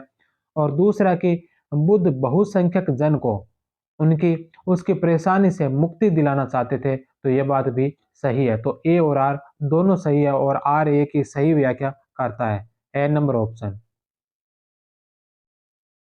नेक्स्ट क्वेश्चन है कि चौथी 5वीं शताब्दी के श्रीलंकाई पाली इतिवृत्तों, दीपवंश और महावंश के अनुसार श्रीलंका में बौद्ध वर्ष की शाखाएं कौन लाए थे या कौन लाई? तो Sanghamitra. 6 number option. Next question है कि सुत्त पिटक के अनुसार यहाँ पर दो कथन दे रखे हैं।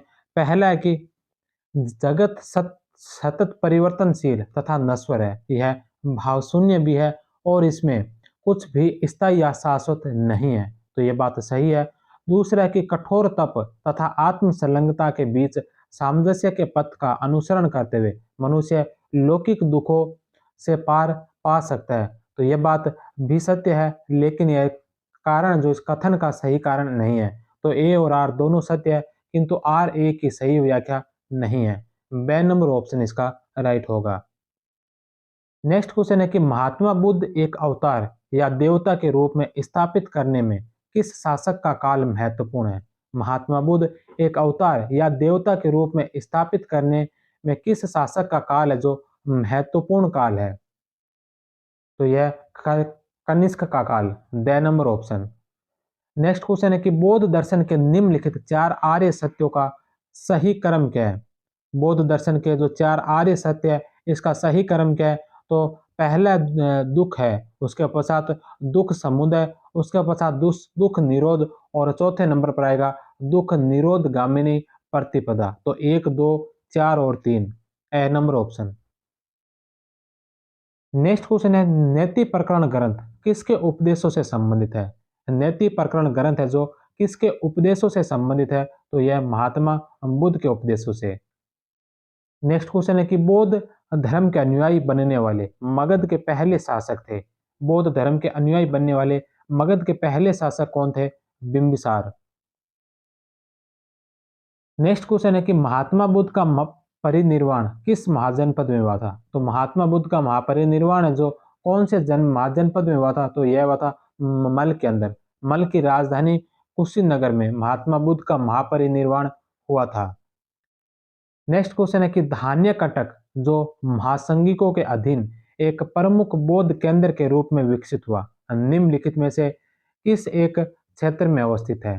धान्य कटक जो महासंगिकों की अधीन एक प्रमुख बौद्ध केंद्र के रूप में विकसित हुआ, निम्नलिखित में से किस एक क्षेत्र में अवस्थित है? तो यह आंध्र में। नेक्स्ट क्वेश्चन है कि निम्न में से कौन सा बौद्ध स्तूप भारत में स्थित है? इसमें से कौन सा बौद्ध स्तूप है जो भारत के अंदर है? तो इसमें से पिपरहवा जो भारत में है। पिपरहवा उत्तर प्रदेश में स्थित है। कुछ विद्वान यही कपिलवस्तु का इलाका मानते हैं। यहाँ का स्तूप शाक्यों द्वारा निर्मित किया गया। पिपरहवा से कपिलवस्तु महाविहारे लिखी मुहर मिली है। गुलदारा स्तूप अफगानिस्तान में व अन्य दोनों पाकिस्तान में। तख्त है भाई स्तूप और भीमाला स्तूप, ये दोनों पाकिस्तान में स्थित है। धर्म राज्य की स्तूप तक्षशिला पाकिस्तान में है।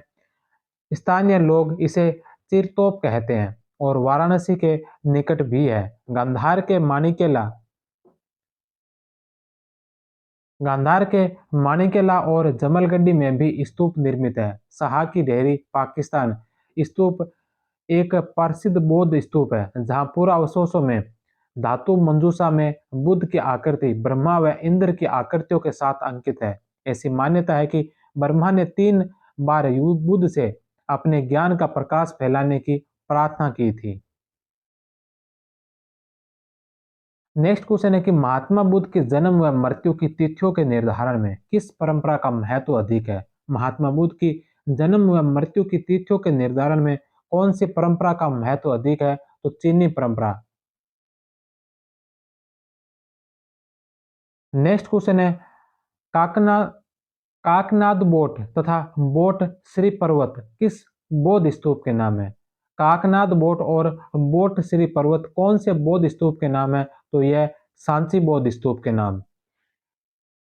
मध्य प्रदेश के रायसेन जिले में स्थित सांची से सांची से प्राप्त ब्राह्मी अभिलेखों में सांची स्तूप को काकानव या काकानाई कहा गया। 4वीं शताब्दी ईस्वी में काकानद बोट तथा 7वीं शताब्दी ईस्वी में बोट श्री पर्वत कहा गया। सांची में अनेक स्तूप है। स्तूप संख्या 3 में सारीपुत्र और महामोगलाइन की अस्थियां संग्रहित है।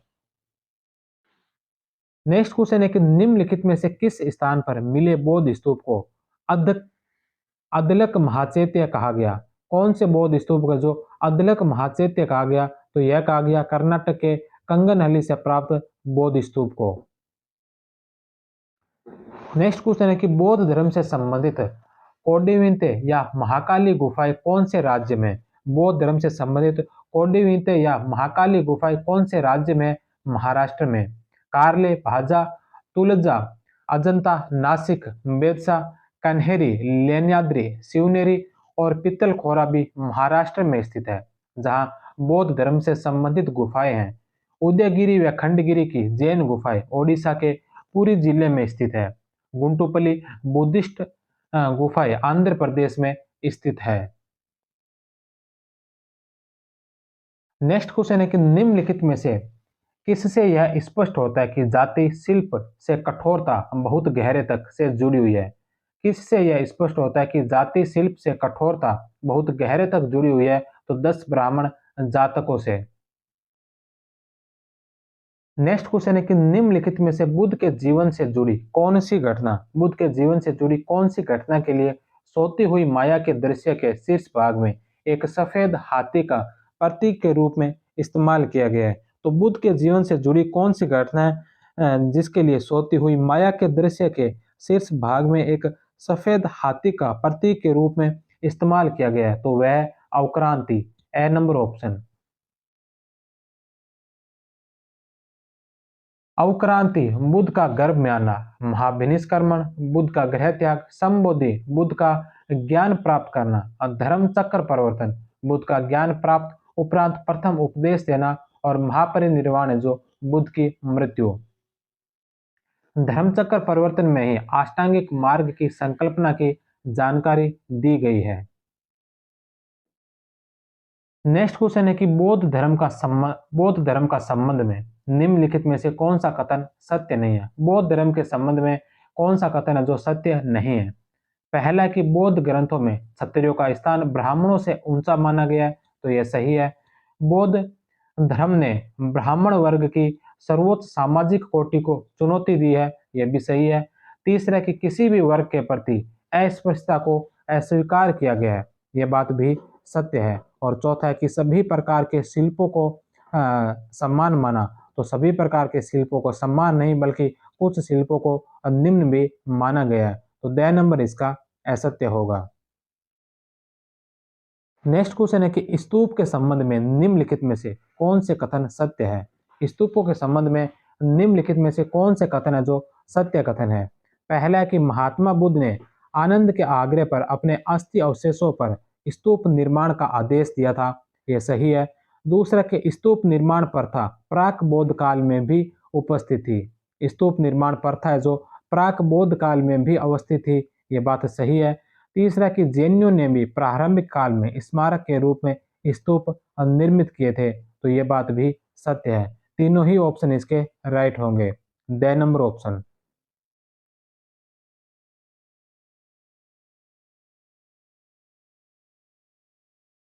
नेक्स्ट क्वेश्चन है कि बौद्ध ग्रंथों के अनुसार बुद्ध ने अपने प्रिय शिष्य आनंद से कहा कि बौद्ध धर्म 1000 साल जारी रहता, लेकिन महिलाओं को प्रवेश देने के कारण यह 500 वर्षों में खत्म हो जाएगा। तो महिलाओं को प्रवेश देने के कारण यह 500 वर्षों में खत्म हो जाएगा। बौद्ध ग्रंथों के अनुसार बुद्ध ने यह बात अपने प्रिय शिष्य आनंद से कही थी। नेक्स्ट क्वेश्चन है कि निम्न में से कौन सा सत्य कथन है? निम्न में से कौन सा जो कथन सत्य है? दक्षिण भारत के इक्ष्वाकु बौद्ध मत के विरोधी थे, तो यह बात है जो गलत है। इक्ष्वाकु है जो बौद्ध मत के विरोधी नहीं बल्कि समर्थक थे, तो पहला ऑप्शन इसका गलत होगा। दूसरा है कि पूर्वी भारत के पाल शासक बौद्ध मत के समर्थक थे, तो यह बात सही है। तो एक नंबर गलत है और दो नंबर है जो सही है, केवल दो। नेक्स्ट क्वेश्चन है कि बौद्ध व जैन धर्म में कौन सी समानता नहीं है? बौद्ध धर्म में और जैन धर्म में जो कौन सी समानता नहीं है? वैश्य वर्ग के प्रति समर्थन, वेदों के प्रति उदासीनता और स्त्रियों का संघ में प्रवेश।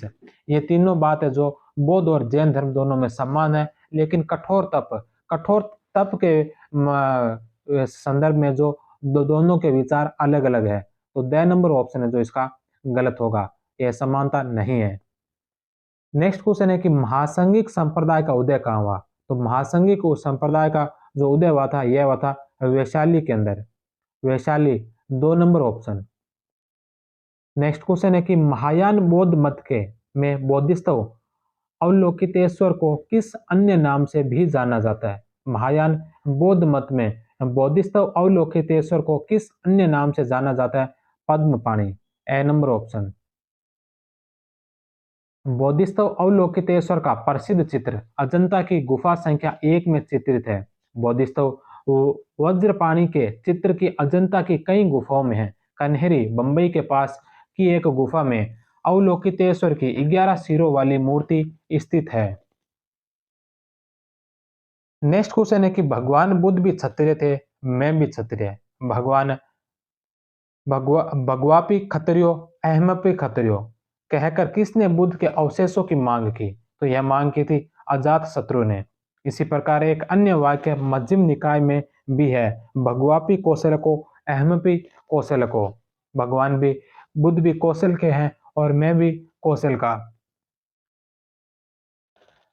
नेक्स्ट क्वेश्चन है कि बुद्ध किस शासक के काल में कौशाम्बी आए थे? बुद्ध कौन से शासक के काल में कौशाम्बी आए थे? तो उदयन के काल में। बुद्ध वर्ष में 4 माह वर्षावास तथा 8 माह भ्रमण कर प्रचार करते थे।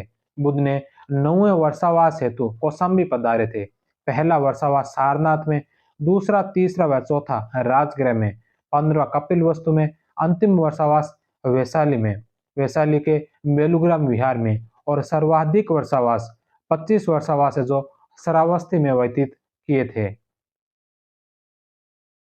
नेक्स्ट क्वेश्चन है कि भारत का सबसे बड़ा बौद्ध मठ कहाँ स्थित है? भारत का सबसे बड़ा बौद्ध मठ कहाँ पर स्थित है? तो यह स्थित है अरुणाचल प्रदेश के तवांग में। तवांग अरुणाचल प्रदेश में भारत का सबसे बड़ा बौद्ध मठ स्थित है, the number option. Next question है कि जैन व बौद्ध धर्म के संबंध में निम्नलिखित में से कौन सी समानता नहीं है? जैन और बौद्ध धर्म के संबंध में निम्नलिखित में से कौन सी समानता नहीं है? पहला कि जाति व्यवस्था को लेकर एक समान दृष्टिकोण, तो यह सही है। दूसरा कि महावीर स्वामी व बुद्ध दोनों क्षत्रिय थे, वह दोनों राज परिवार से थे, तो यह बात भी सही है। दोनों का अहिंसा में अविश्वास था, यह बात भी सत्य है। दोनों धर्म मध्यम मार्ग के अनुसरण की बात करते हैं, तो मध्यम मार्ग के अनुसरण की बात बौद्ध धर्म करता है, जैन धर्म नहीं। द नंबर ऑप्शन इसका गलत होगा। नेक्स्ट क्वेश्चन है कि प्रथम बौद्ध संगीति के संबंध में कौन सा कथन सही नहीं है? पहली बौद्ध संगीति के संबंध में कौन सा कथन इसका गलत है? तो पहला है कि इसका आयोजन बुद्ध की मृत्यु के वर्ष ही हुआ था, तो यह सही है। इसकी अध्यक्षता महाकश्यप ने की थी, यह बात भी सत्य है। तीसरा कि यह अजात शत्रु के काल में हुई थी, तो यह बात भी सत्य है। चौथा, इसका आयोजन वैशाली में हुआ था। तो पहली बौद्ध संगीत है, इसका आयोजन वैशाली में नहीं हुआ था बल्कि इसका आयोजन हुआ था राजगृह के अंदर। तो पहली बौद्ध संगीत का जो आयोजन हुआ था वह राजगृह में हुआ था, ना कि वैशाली में। दैन नंबर ऑप्शन इसका गलत होगा। हर्यक वंश के शासक अजातशत्रु के काल में राजगृह की सप्तपर्णी गुफा में 483 ईसा पूर्व में प्रथम बौद्ध संगीति का आयोजन हुआ, जिसकी अध्यक्षता महाकश्यप ने की। इसमें आनंद ने सुत्त पिटक और उपाली ने विनय पिटक का संकलन किया था। नेक्स्ट क्वेश्चन है कि तृतीय बौद्ध संगीति के संबंध में कौन सा कथन सही नहीं है। तीसरी बौद्ध संगीति के संबंध में कौन सा कथन सत्य नहीं है। पहला कि इसका आयोजन पाटलिपुत्र में हुआ, यह इस समय मगध का शासक अशोक था। तो तीसरी बौद्ध संगीति अशोक के काल में हुई थी। इसकी अध्यक्षता मोगलीपुत्र तीस ने की थी। यह संगति कुल 3 माह चली थी। तो यह संगीति 3 माह नहीं बल्कि यह संगीति चली थी 9 माह। तो द नंबर ऑप्शन इसका गलत है। बुद्ध के महापरिनिर्वाण के 236 वर्ष बाद लगभग 247 ईस्वी में अशोक के संरक्षण में पाटलिपुत्र के अशोकाराम विहार में तृतीय बौद्ध संगीति का आयोजन हुआ। यह संगीति 9 माह चली। नियमों के विरोधाभास के चलते उपोक्त आयोजन में हो रही कठिनाइयों के कारण भी इसका आयोजन हुआ। इस संगीति में मोगलीपुत्र तीस के नेतृत्व में अभिधम के एक भाग के रूप में कथावतों का संकलन कर एक नया पिटक अभिधम पिटक जोड़ा गया। इस संगीति का विवरण दीपवंश व महावंश में दिया गया है। इस सभा में ही बौद्ध धर्म के प्रचार के लिए भिक्षुओं को भेजने का फैसला लिया गया। यह प्रचार मंडल 5-5 के समूहों में था। जैसे ताम्रपर्णी श्रीलंका में अशोक के पुत्र महेंद्र, रिष्टय या इट्य, उत्तरीय संबलन और मद्रसाल को भेजा गया। संघमित्रा थोड़ा समय बाद ही बोध गया से बोधि वृक्ष की शाखा लेकर गई, जिसे अनुराधापुर में लगाया गया। श्रीलंका के शासक वटगामणे व अभय के समय आलोक विहार में भी एक बौद्ध संगीत का आयोजन हुआ था। नेक्स्ट क्वेश्चन है कि बुद्ध की पूर्व जन्म की कथाओं का सर्वप्रथम अंकन किया गया। बुद्ध के पूर्व जन्म की कथाओं का सर्वप्रथम अंकन कहाँ किया गया था? तो भरूच स्तूप में। भरूच स्तूप से शंख लिपि में लिखे लेख प्राप्त हुए हैं। नेक्स्ट क्वेश्चन है कि निम्नलिखित में से कौन से शासक महात्मा बुद्ध के समकालीन थे? कौन से शासक है जो महात्मा बुद्ध के समकालीन थे? तो बिंबिसार, अजातशत्रु, उदयन, परद्योत और प्रसेनजित, ये 500 ही शासक है जो महात्मा बुद्ध के समकालीन शासक है। The number option. मगध का शासक बिंबिसार, उसका पुत्र अजातशत्रु, वत्स का शासक उदयन, कौशल का शासक प्रसेनजित, अवंती का शासक परद्योत बुद्ध के काल के हैं। परद्योत उज्जैन अवंती में जन्मे बौद्ध दार्शनिक महाकात्यायन के प्रभाव से बौद्ध बना। बुद्ध के समकालीन गांधार का शासक पुष्कर सारिन था। नेक्स्ट क्वेश्चन है कि सफेद रंग का विशाल विश्व शांति स्तूप कहाँ मिलता है? सफेद रंग का विशाल विश्व शांति स्तूप हमें कहाँ से मिलता है? तो यह प्राप्त होता है हमें राजगीर से। ए नंबर ऑप्शन।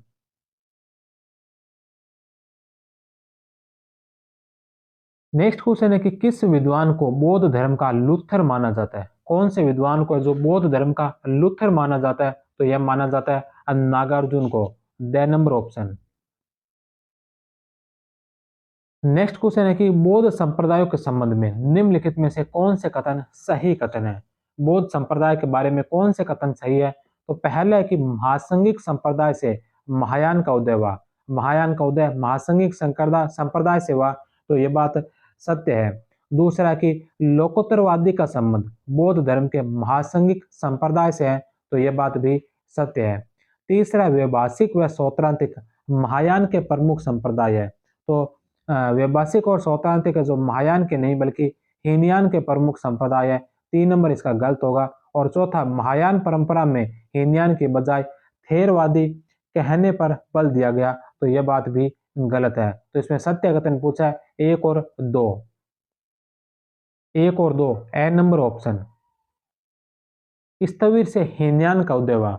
स्थविर से हीनयान का उदय हुआ। महायान के अनुयायी दूसरी बौद्ध परंपराओं के समर्थकों को हीनयान के अनुयायी कहते हैं, लेकिन पुरातन परंपरा के अनुयायी खुद को थेरवादी कहते हैं।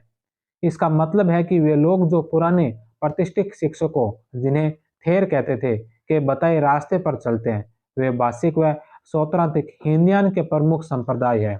महायान का विकास मुख्य रूप से कनिष्क के काल में हुआ और इसके मूल विचारों का प्रणेता नागार्जुन को माना गया है। नागार्जुन को पहली शताब्दी में चीन भेजा गया।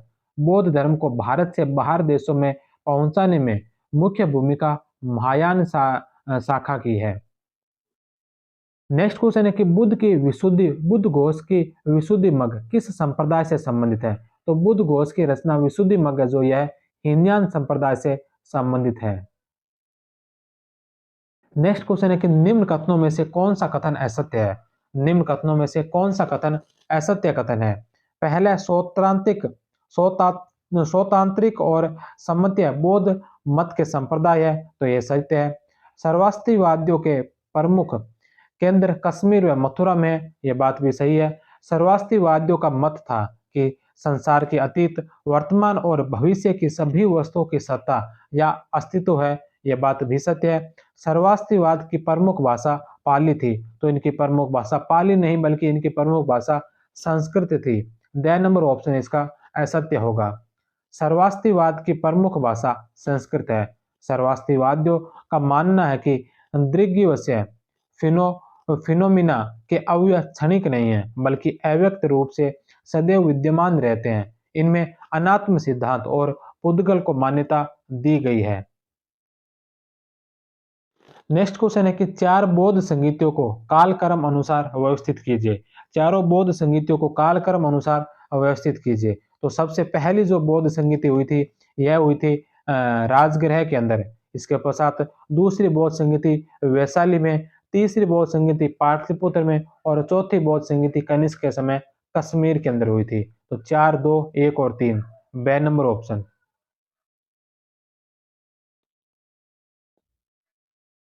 नेक्स्ट क्वेश्चन है कि निम्न में से कौन सी शाखा महासंगिकों की नहीं है?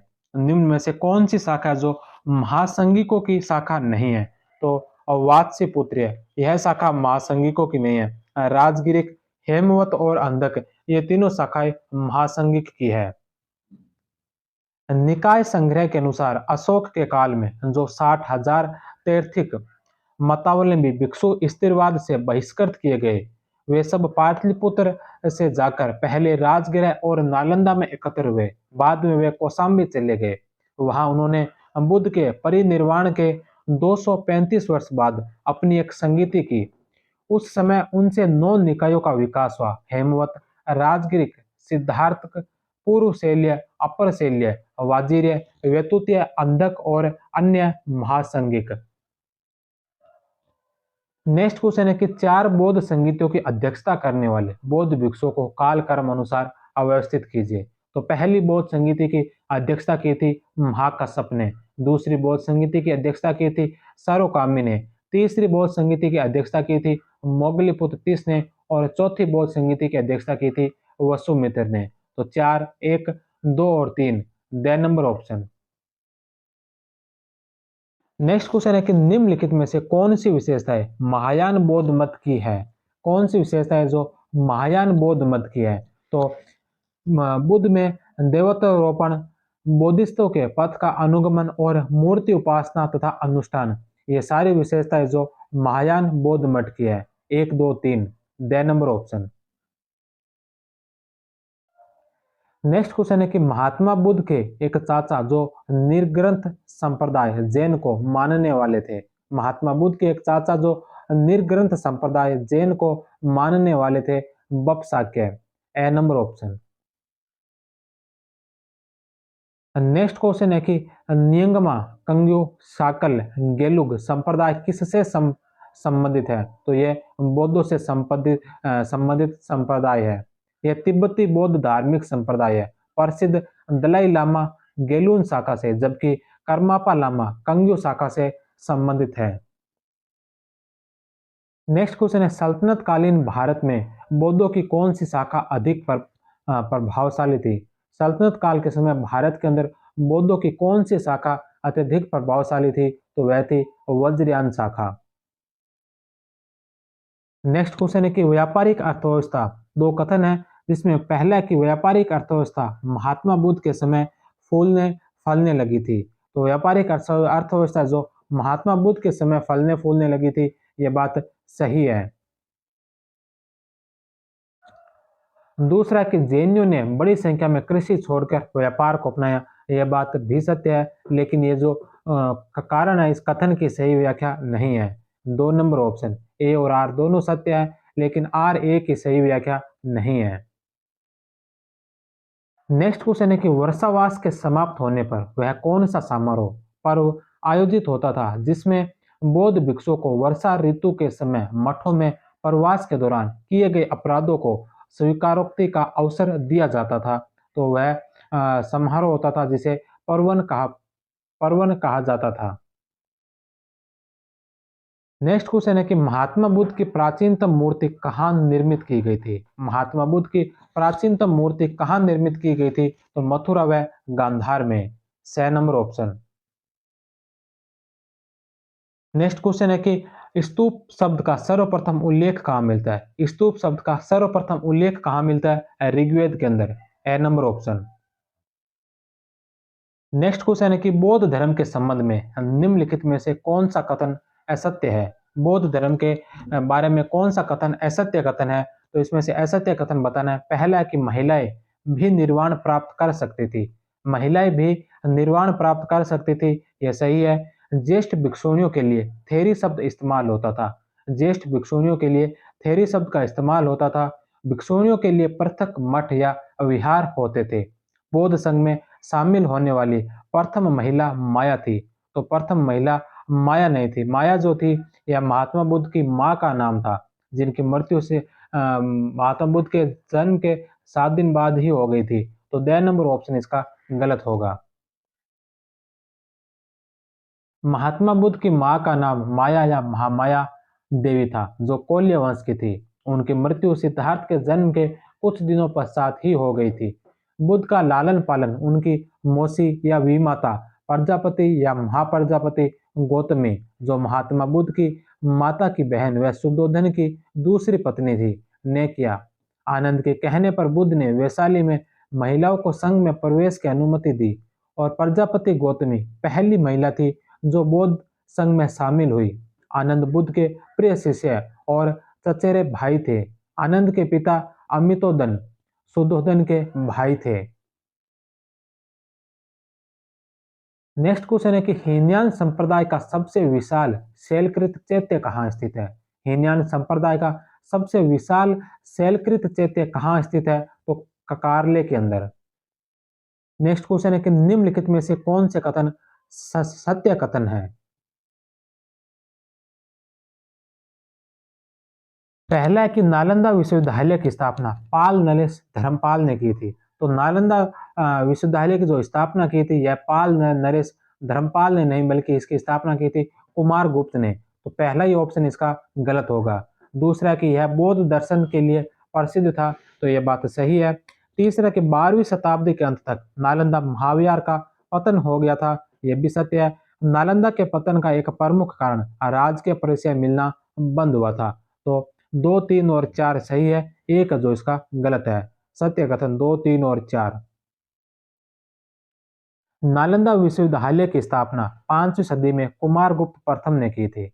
धर्मपाल ने विक्रमशिला विश्वविद्यालय की स्थापना की थी। नालंदा, विक्रमशिला, तक्षशिला और जगदल विश्वविद्यालय बौद्ध धर्म के प्रमुख केंद्र थे। विदेशों में बौद्ध धर्म के प्रचार में इन विश्वविद्यालयों ने महत्वपूर्ण भूमिका निभाई थी। नेक्स्ट क्वेश्चन है कि निम्नलिखित में से महायान बौद्ध धर्म के प्रमुख लक्षण क्या है। महायान बौद्ध धर्म के प्रमुख लक्षण क्या है। बुद्ध की मूर्ति पूजा करना, स्थानीय पंथों का आत्मसातीकरण करना और बौद्धिस्तों की अवधारणा, ये जो महायान बौद्ध धर्म के लक्षण है। वहीं बौद्ध ग्रंथों का पाली का अधिक बौद्ध ग्रंथों में पाली भाषा का जो अधिक प्रयोग किया था या हीनयानों ने किया था। महायान ने बौद्ध ग्रंथों में पाली के साथ संस्कृत भाषा का भी प्रयोग शुरू किया था। तो 1, 2 और 4 है जो इसके राइट होंगे। नेक्स्ट क्वेश्चन है कि भारत में मूर्ति पूजा की नींव रखी। भारत में मूर्ति पूजा की नींव किसने रखी थी, तो बौद्ध धर्म ने। नेक्स्ट क्वेश्चन है कि निम्नलिखित ध्यानी बुद्ध और उनके बौद्धिस्तों का मिलान कीजिए। ध्यानी बुद्ध और बौद्धिस्तों, तो सबसे पहले अमोघ सिद्धि। अमोघ सिद्धि का संबंध है विश्व पाणी से। दूसरे नंबर पर है विरोचन, विरोचन का संबंध समंत भद्र। तीसरे नंबर पर है ध्यानीबुद्ध अक्षोभ्य, अक्षोभ्य का बोधिसत्व, अक्षोभ्य का बोधिसत्व वज्रपाणी। और चौथे नंबर पर अमिताभ, अमिताभ का वह संबंध है पद्म पाणी से। तो डी, सी, बी और ए बे नंबर ऑप्शन। नेक्स्ट क्वेश्चन है कि 1980 के दशक में किस देश के सहयोग से बोध गया में 80 फीट की बुद्ध की मूर्ति निर्मित की गई? 1980 के दशक में कौन से देश के सहयोग से बोध गया के अंदर 80 फुट की बुद्ध की प्रतिमा स्थापित की गई थी? तो यह की गई थी जापान के सहयोग से। The number option. Next question है कि निम्नलिखित में से कौन से सिद्धांत जैन व बौद्ध दर्शन में समान है? कौन कौन से सिद्धांत है जो जैन धर्म और बौद्ध दर्शन दोनों के अंदर समान है? तो वेदों की प्रामाणिकता के प्रति अनास्था, कर्म कांडों से दूरी, अहिंसा और इसके अलावा वर्ण के आधार पर भेदभाव का विरोध। ये चारों ही जो सिद्धांत है ये जैन धर्म और बौद्ध धर्म दोनों में समान है। तो एक, दो, तीन, चार द नंबर ऑप्शन। बौद्ध धर्म में त्रिरत्न है। त्रिरत्न क्या है? बुद्ध, धम्म और संघ। नेक्स्ट क्वेश्चन है कि बौद्ध दर्शन के संबंध में निम्न में से सत्य कथन है। बौद्ध दर्शन के संबंध में निम्नलिखित में से सत्य कथन कौन से हैं? संसार अस्थिर और क्षणिक है। बुद्ध की शिक्षाएं ही बौद्ध दर्शन का आधार है। बुद्ध ने हमेशा दार्शनिक समस्याओं में उलझने के बजाय मानवीय कष्टों से मुक्ति के लिए नैतिक जीवन जीने पर बल दिया है। तो तीनों ही ऑप्शन इसके राइट होंगे। नेक्स्ट क्वेश्चन है कि बुद्ध के समय में प्रचलित 62 भिन्न दृष्टियों और दार्शनिक संप्रदायों का विवरण किस बौद्ध संप्रदाय में प्राप्त होता है? बुद्ध के समय में प्रचलित 62 भिन्न दृष्टियों और दार्शनिक संप्रदाय का विवरण कौन से बौद्ध साहित्य से प्राप्त होता है? तो ब्रह्मजाल सूत्र से। नेक्स्ट क्वेश्चन है कि बौद्ध संघ में कठिन समारोह किससे संबंधित था? तो वस्त्र वितरण से। वर्षावास के अंत पर आयोजित होने वाले इस समारोह में उपासकों द्वारा भिक्षुओं को वस्त्र वितरित किए जाते थे। नेक्स्ट क्वेश्चन है कि आजीविकों के संबंध में निम्नलिखित में से कौन से कथन सत्य है? आजीविकों के संबंध में निम्न में से कौन से कथन सत्य है? तो पहला कि आजीविकों के मुख्य विचारक मखली गोसाल थे। दूसरा है कि नियति की अवधारणा आजीविक दर्शन के केंद्र में रही। तीसरा, आजीविक कठिन तपश्चर्या में विश्वास रखते थे। और चौथा कि आजीविक अल्पाहार में विश्वास रखते थे। तो चारों ही ऑप्शन है जो आजीविक संप्रदाय से संबंधित सत्य कथन है। The number option.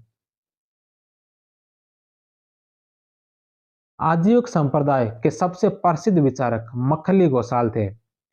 जैनों के भगवती सूत्र के अनुसार उनके पिता एक मक्खा थे, शायद धार्मिक चित्रों की प्रदर्शनी करने वाला या धार्मिक गीत गाने वाला, और इसलिए उनका नाम मखली पड़ा। उनकी माता का नाम बद्दा था। माँ के लिए यह नाम बहुत सारी जैन कथाओं में आता है। उनके माता पिता ने उनका नाम गोसाल इसलिए रख दिया क्योंकि उनका जन्म श्रावण नामक एक गांव में एक गौशाला में हुआ था। जैन ग्रंथों में यह भी कहा गया कि महावीर के शिष्य थे और उनके साथ वर्षों तक यत्र तत्र विचरण भी किया। मखली का जन्म मगध में हुआ था। इनका नाम मस्करी गोसाल भी लिखा आता है क्योंकि मखली शब्द संस्कृत के मस्करी शब्द का पाली रूपांतरण है। इनके पिता का नाम भी मस्करी मिलता है।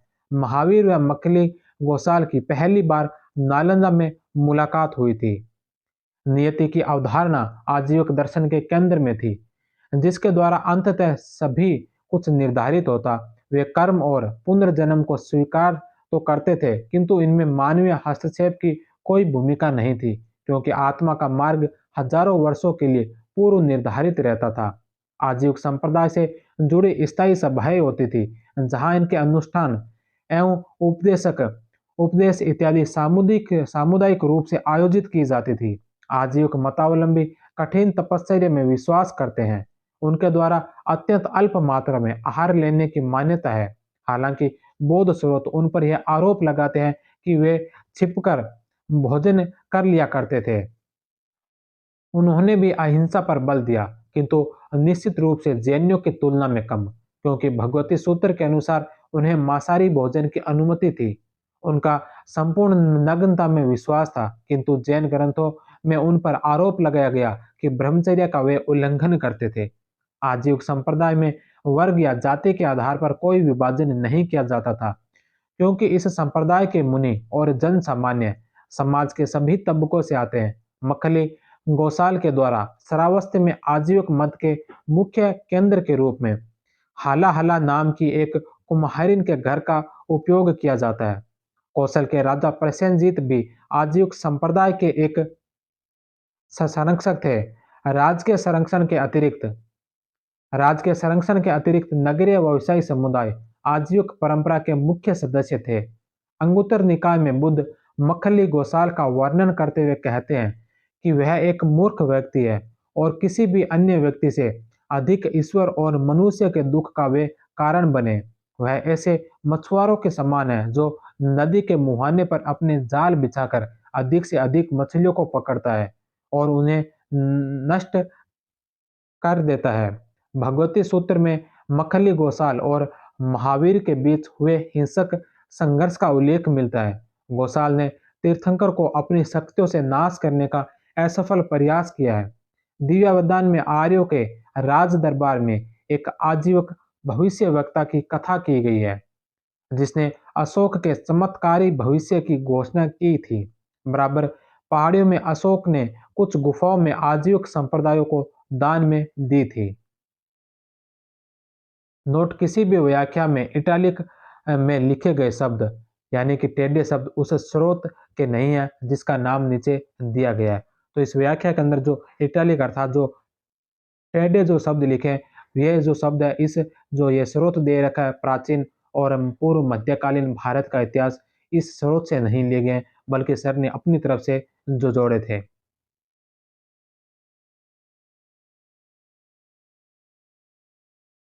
नेक्स्ट क्वेश्चन है कि निम्नलिखित में से किसका यह मत है कि मृत्यु के पश्चात सब कुछ नष्ट हो जाता है, अतः कर्म का कुछ भी फल नहीं हो सकता। यह किसका मत था कि मृत्यु के पश्चात सब कुछ नष्ट हो जाता है, अतः कर्म का कुछ भी फल नहीं हो सकता। तो यह मत था अजीत केश कम्बलिन का। अजीत केश कम्बलिन उच्छेदवाद के भौतिकवादी दर्शन के प्रणेता थे। नेक्स्ट क्वेश्चन है कि किस समुदाय में मत है कि भाग्य या नियति ही सब कुछ है, मनुष्य कुछ नहीं बदल सकता। तो आजीविक संप्रदाय का यह मत है कि भाग्य या नीति ही सब कुछ है, मनुष्य कुछ नहीं बदल सकता। आजीविक संप्रदाय के अनुयायियों को हत्तापलेखण व एक दंडिक भी कहा जाता है। नेक्स्ट क्वेश्चन है कि किस दर्शन का मत है कि इस जीवन में ही सुख प्राप्त करने का प्रयास करना चाहिए, चाहे इसके लिए कर्ज ही क्यों न लेना पड़े, क्योंकि शरीर नष्ट हो जाने के बाद कोई वापस नहीं आता। तो यह दर्शन कौन से मत के अंदर मिलता है, तो यह मिलता है चावार्क मत में। चावार्क दर्शन दर्शन में प्रत्यक्ष को ही प्रमाण माना जाता है और काम सर्वोच्च मूल्य है। नेक्स्ट क्वेश्चन है कि निम्नलिखित में से किस ग्रंथ में स्त्री पुरुष के मध्य 10 प्रकार के संबंधों का उल्लेख है। स्त्री और पुरुष के मध्य 10 संबंधों का उल्लेख कौन से ग्रंथ में है, तो विनय पिटक के अंदर ए नंबर ऑप्शन। विनय पिटक में 10 प्रकार के संबंधों की चर्चा की गई है। पहला, जब एक स्त्री को धन के द्वारा खरीदा जाता हो तो उसे धनकित कहा गया। जब अपनी इच्छा से कोई स्त्री एक पुरुष के साथ रहती हो तो उसे छंदवासिनी कहा गया। जब एक पुरुष उसको धन देता हो तो भोगवासिन कहा गया। जब एक पुरुष उसको कपड़े देता हो तो वह पटवासिनी कहलाती है। जब जल के द्वारा आचमन संस्कार किया गया हो तो उसे औदप औदप्त की कनी कहा जाता है। जब वह अपनी केश सज्जा को खोल देती है तो औभत चुंबत कहा जाता है। जब एक स्त्री जब जब वह एक स्त्री दास हो तो उसे दासी नाम कहा गया। जब वह एक परिचारिका हो, काम करी। जब वह एक अस्थायी रूप से किसी पुरुष के साथ रह रही हो तो मुहुतिक। और 10वें नंबर पर है जब किसी युद्ध में उसका हरण कर लिया तो उसे दजाहत कहा जाता है। अहव का अर्थ वधु के परिवार के द्वारा वधु को ले जाना और विवाह का अर्थ है वर के परिवार के द्वारा वधु को वर के घर ले आने को कहते हैं। नेक्स्ट क्वेश्चन है हिस्ट्री एंड डॉक्ट्रिन्स ऑफ आजीविका ए वेंचर्ड इंडियन रिलीजन पुस्तक के लेखक कौन है? हिस्ट्री एंड डॉक्ट्राइन्स ऑफ आजीविका ए वेंचर्ड इंडियन रिलीजन पुस्तक किसके द्वारा लिखी गई है? तो यह पुस्तक लिखी गई है एएल वोसम के द्वारा। नेक्स्ट क्वेश्चन है कि निम्नलिखित में से कौन से सूत्र दिग निकाय से संबंधित है? कौन से सूत्र जो दिग निकाय से संबंधित है? तो महापरिनिर्वाण सूत्र, ब्रह्मजाल सूत्र, सामंज फल सूत्र और महानिदान सूत्र। ये चारों जो सूत्र है जो दिग निकाय से संबंधित है। The number option. Next question है कि बौद्ध धर्म में चिवर का अर्थ क्या है? तो चिवर का अर्थ है बौद्ध भिक्षुओं के वस्त्र को चिवर कहा गया। नेक्स्ट क्वेश्चन है हिल ऑफ डेथ मृत्यु की पहाड़ी नामक एक महत्वपूर्ण दिगंबर जैन तीर्थ स्थल किस राज्य में स्थित है? तो यह स्थित है कर्नाटक के अंदर।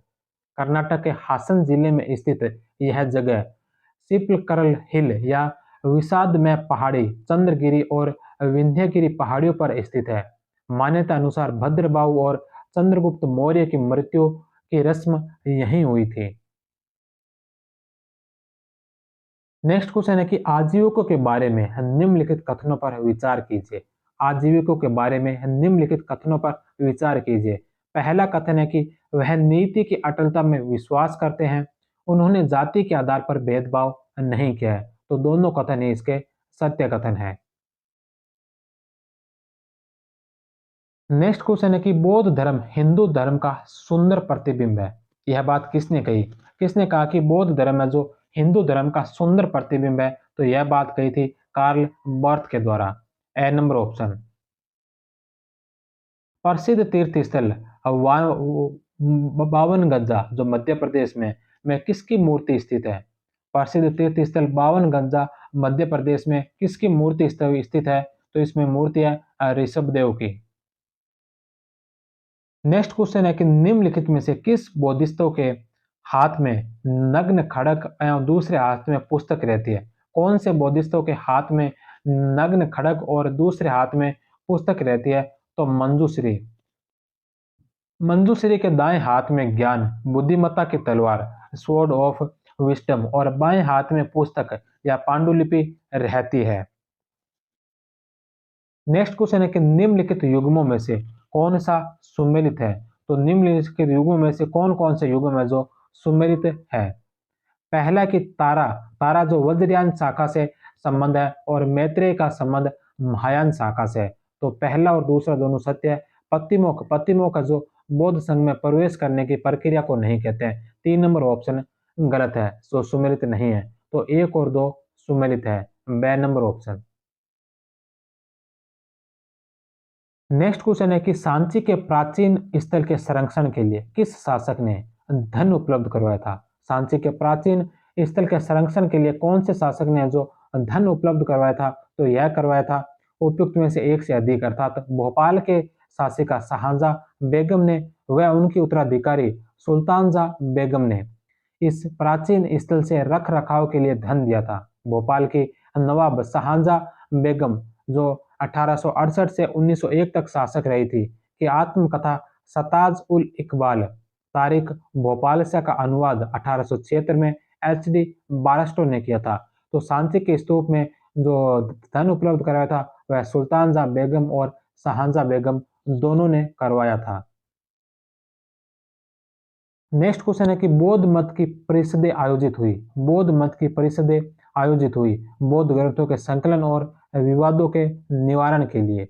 6 नंबर ऑप्शन। नेक्स्ट क्वेश्चन और आज की इस क्लास का अंतिम क्वेश्चन है कि अशोक के संबंध में किसका कथन है कि एक चंद्रगुप्त की शक्ति, एक समुद्रगुप्त की बहुमुखी प्रतिमा और एक अकबर की उदारता उसमें थी। अशोक के संबंध में किसने कहा था कि इसमें एक चंद्रगुप्त की शक्ति, एक समुद्रगुप्त की बहुमुखी प्रतिमा और एक अकबर की उदारता उसमें सम्मिलित थी? तो यह बात कही थी हेमचंद्र राय चौधरी ने अशोक के संबंध में। ए नंबर ऑप्शन। और इसी के साथ ही आज की यह क्लास जैन और बौद्ध धर्म का जो चैप्टर था जो हमने 2 क्लासों के अंदर खत्म किया। एक कल लगी थी क्लास और एज एक आज लगे थे। इन 2 क्लासों में जैन और बौद्ध धर्म के इन 300 क्वेश्चनों को हमने कंप्लीट किया है। अगर ये सेशन आपको पसंद आ रहे हैं तो आप इनको लाइक कीजिए। जिन्होंने चैनल को सब्सक्राइब नहीं किया, चैनल को भी सब्सक्राइब कीजिए। आप सभी का बहुत-बहुत धन्यवाद। जय हिंद, वंदे मातरम।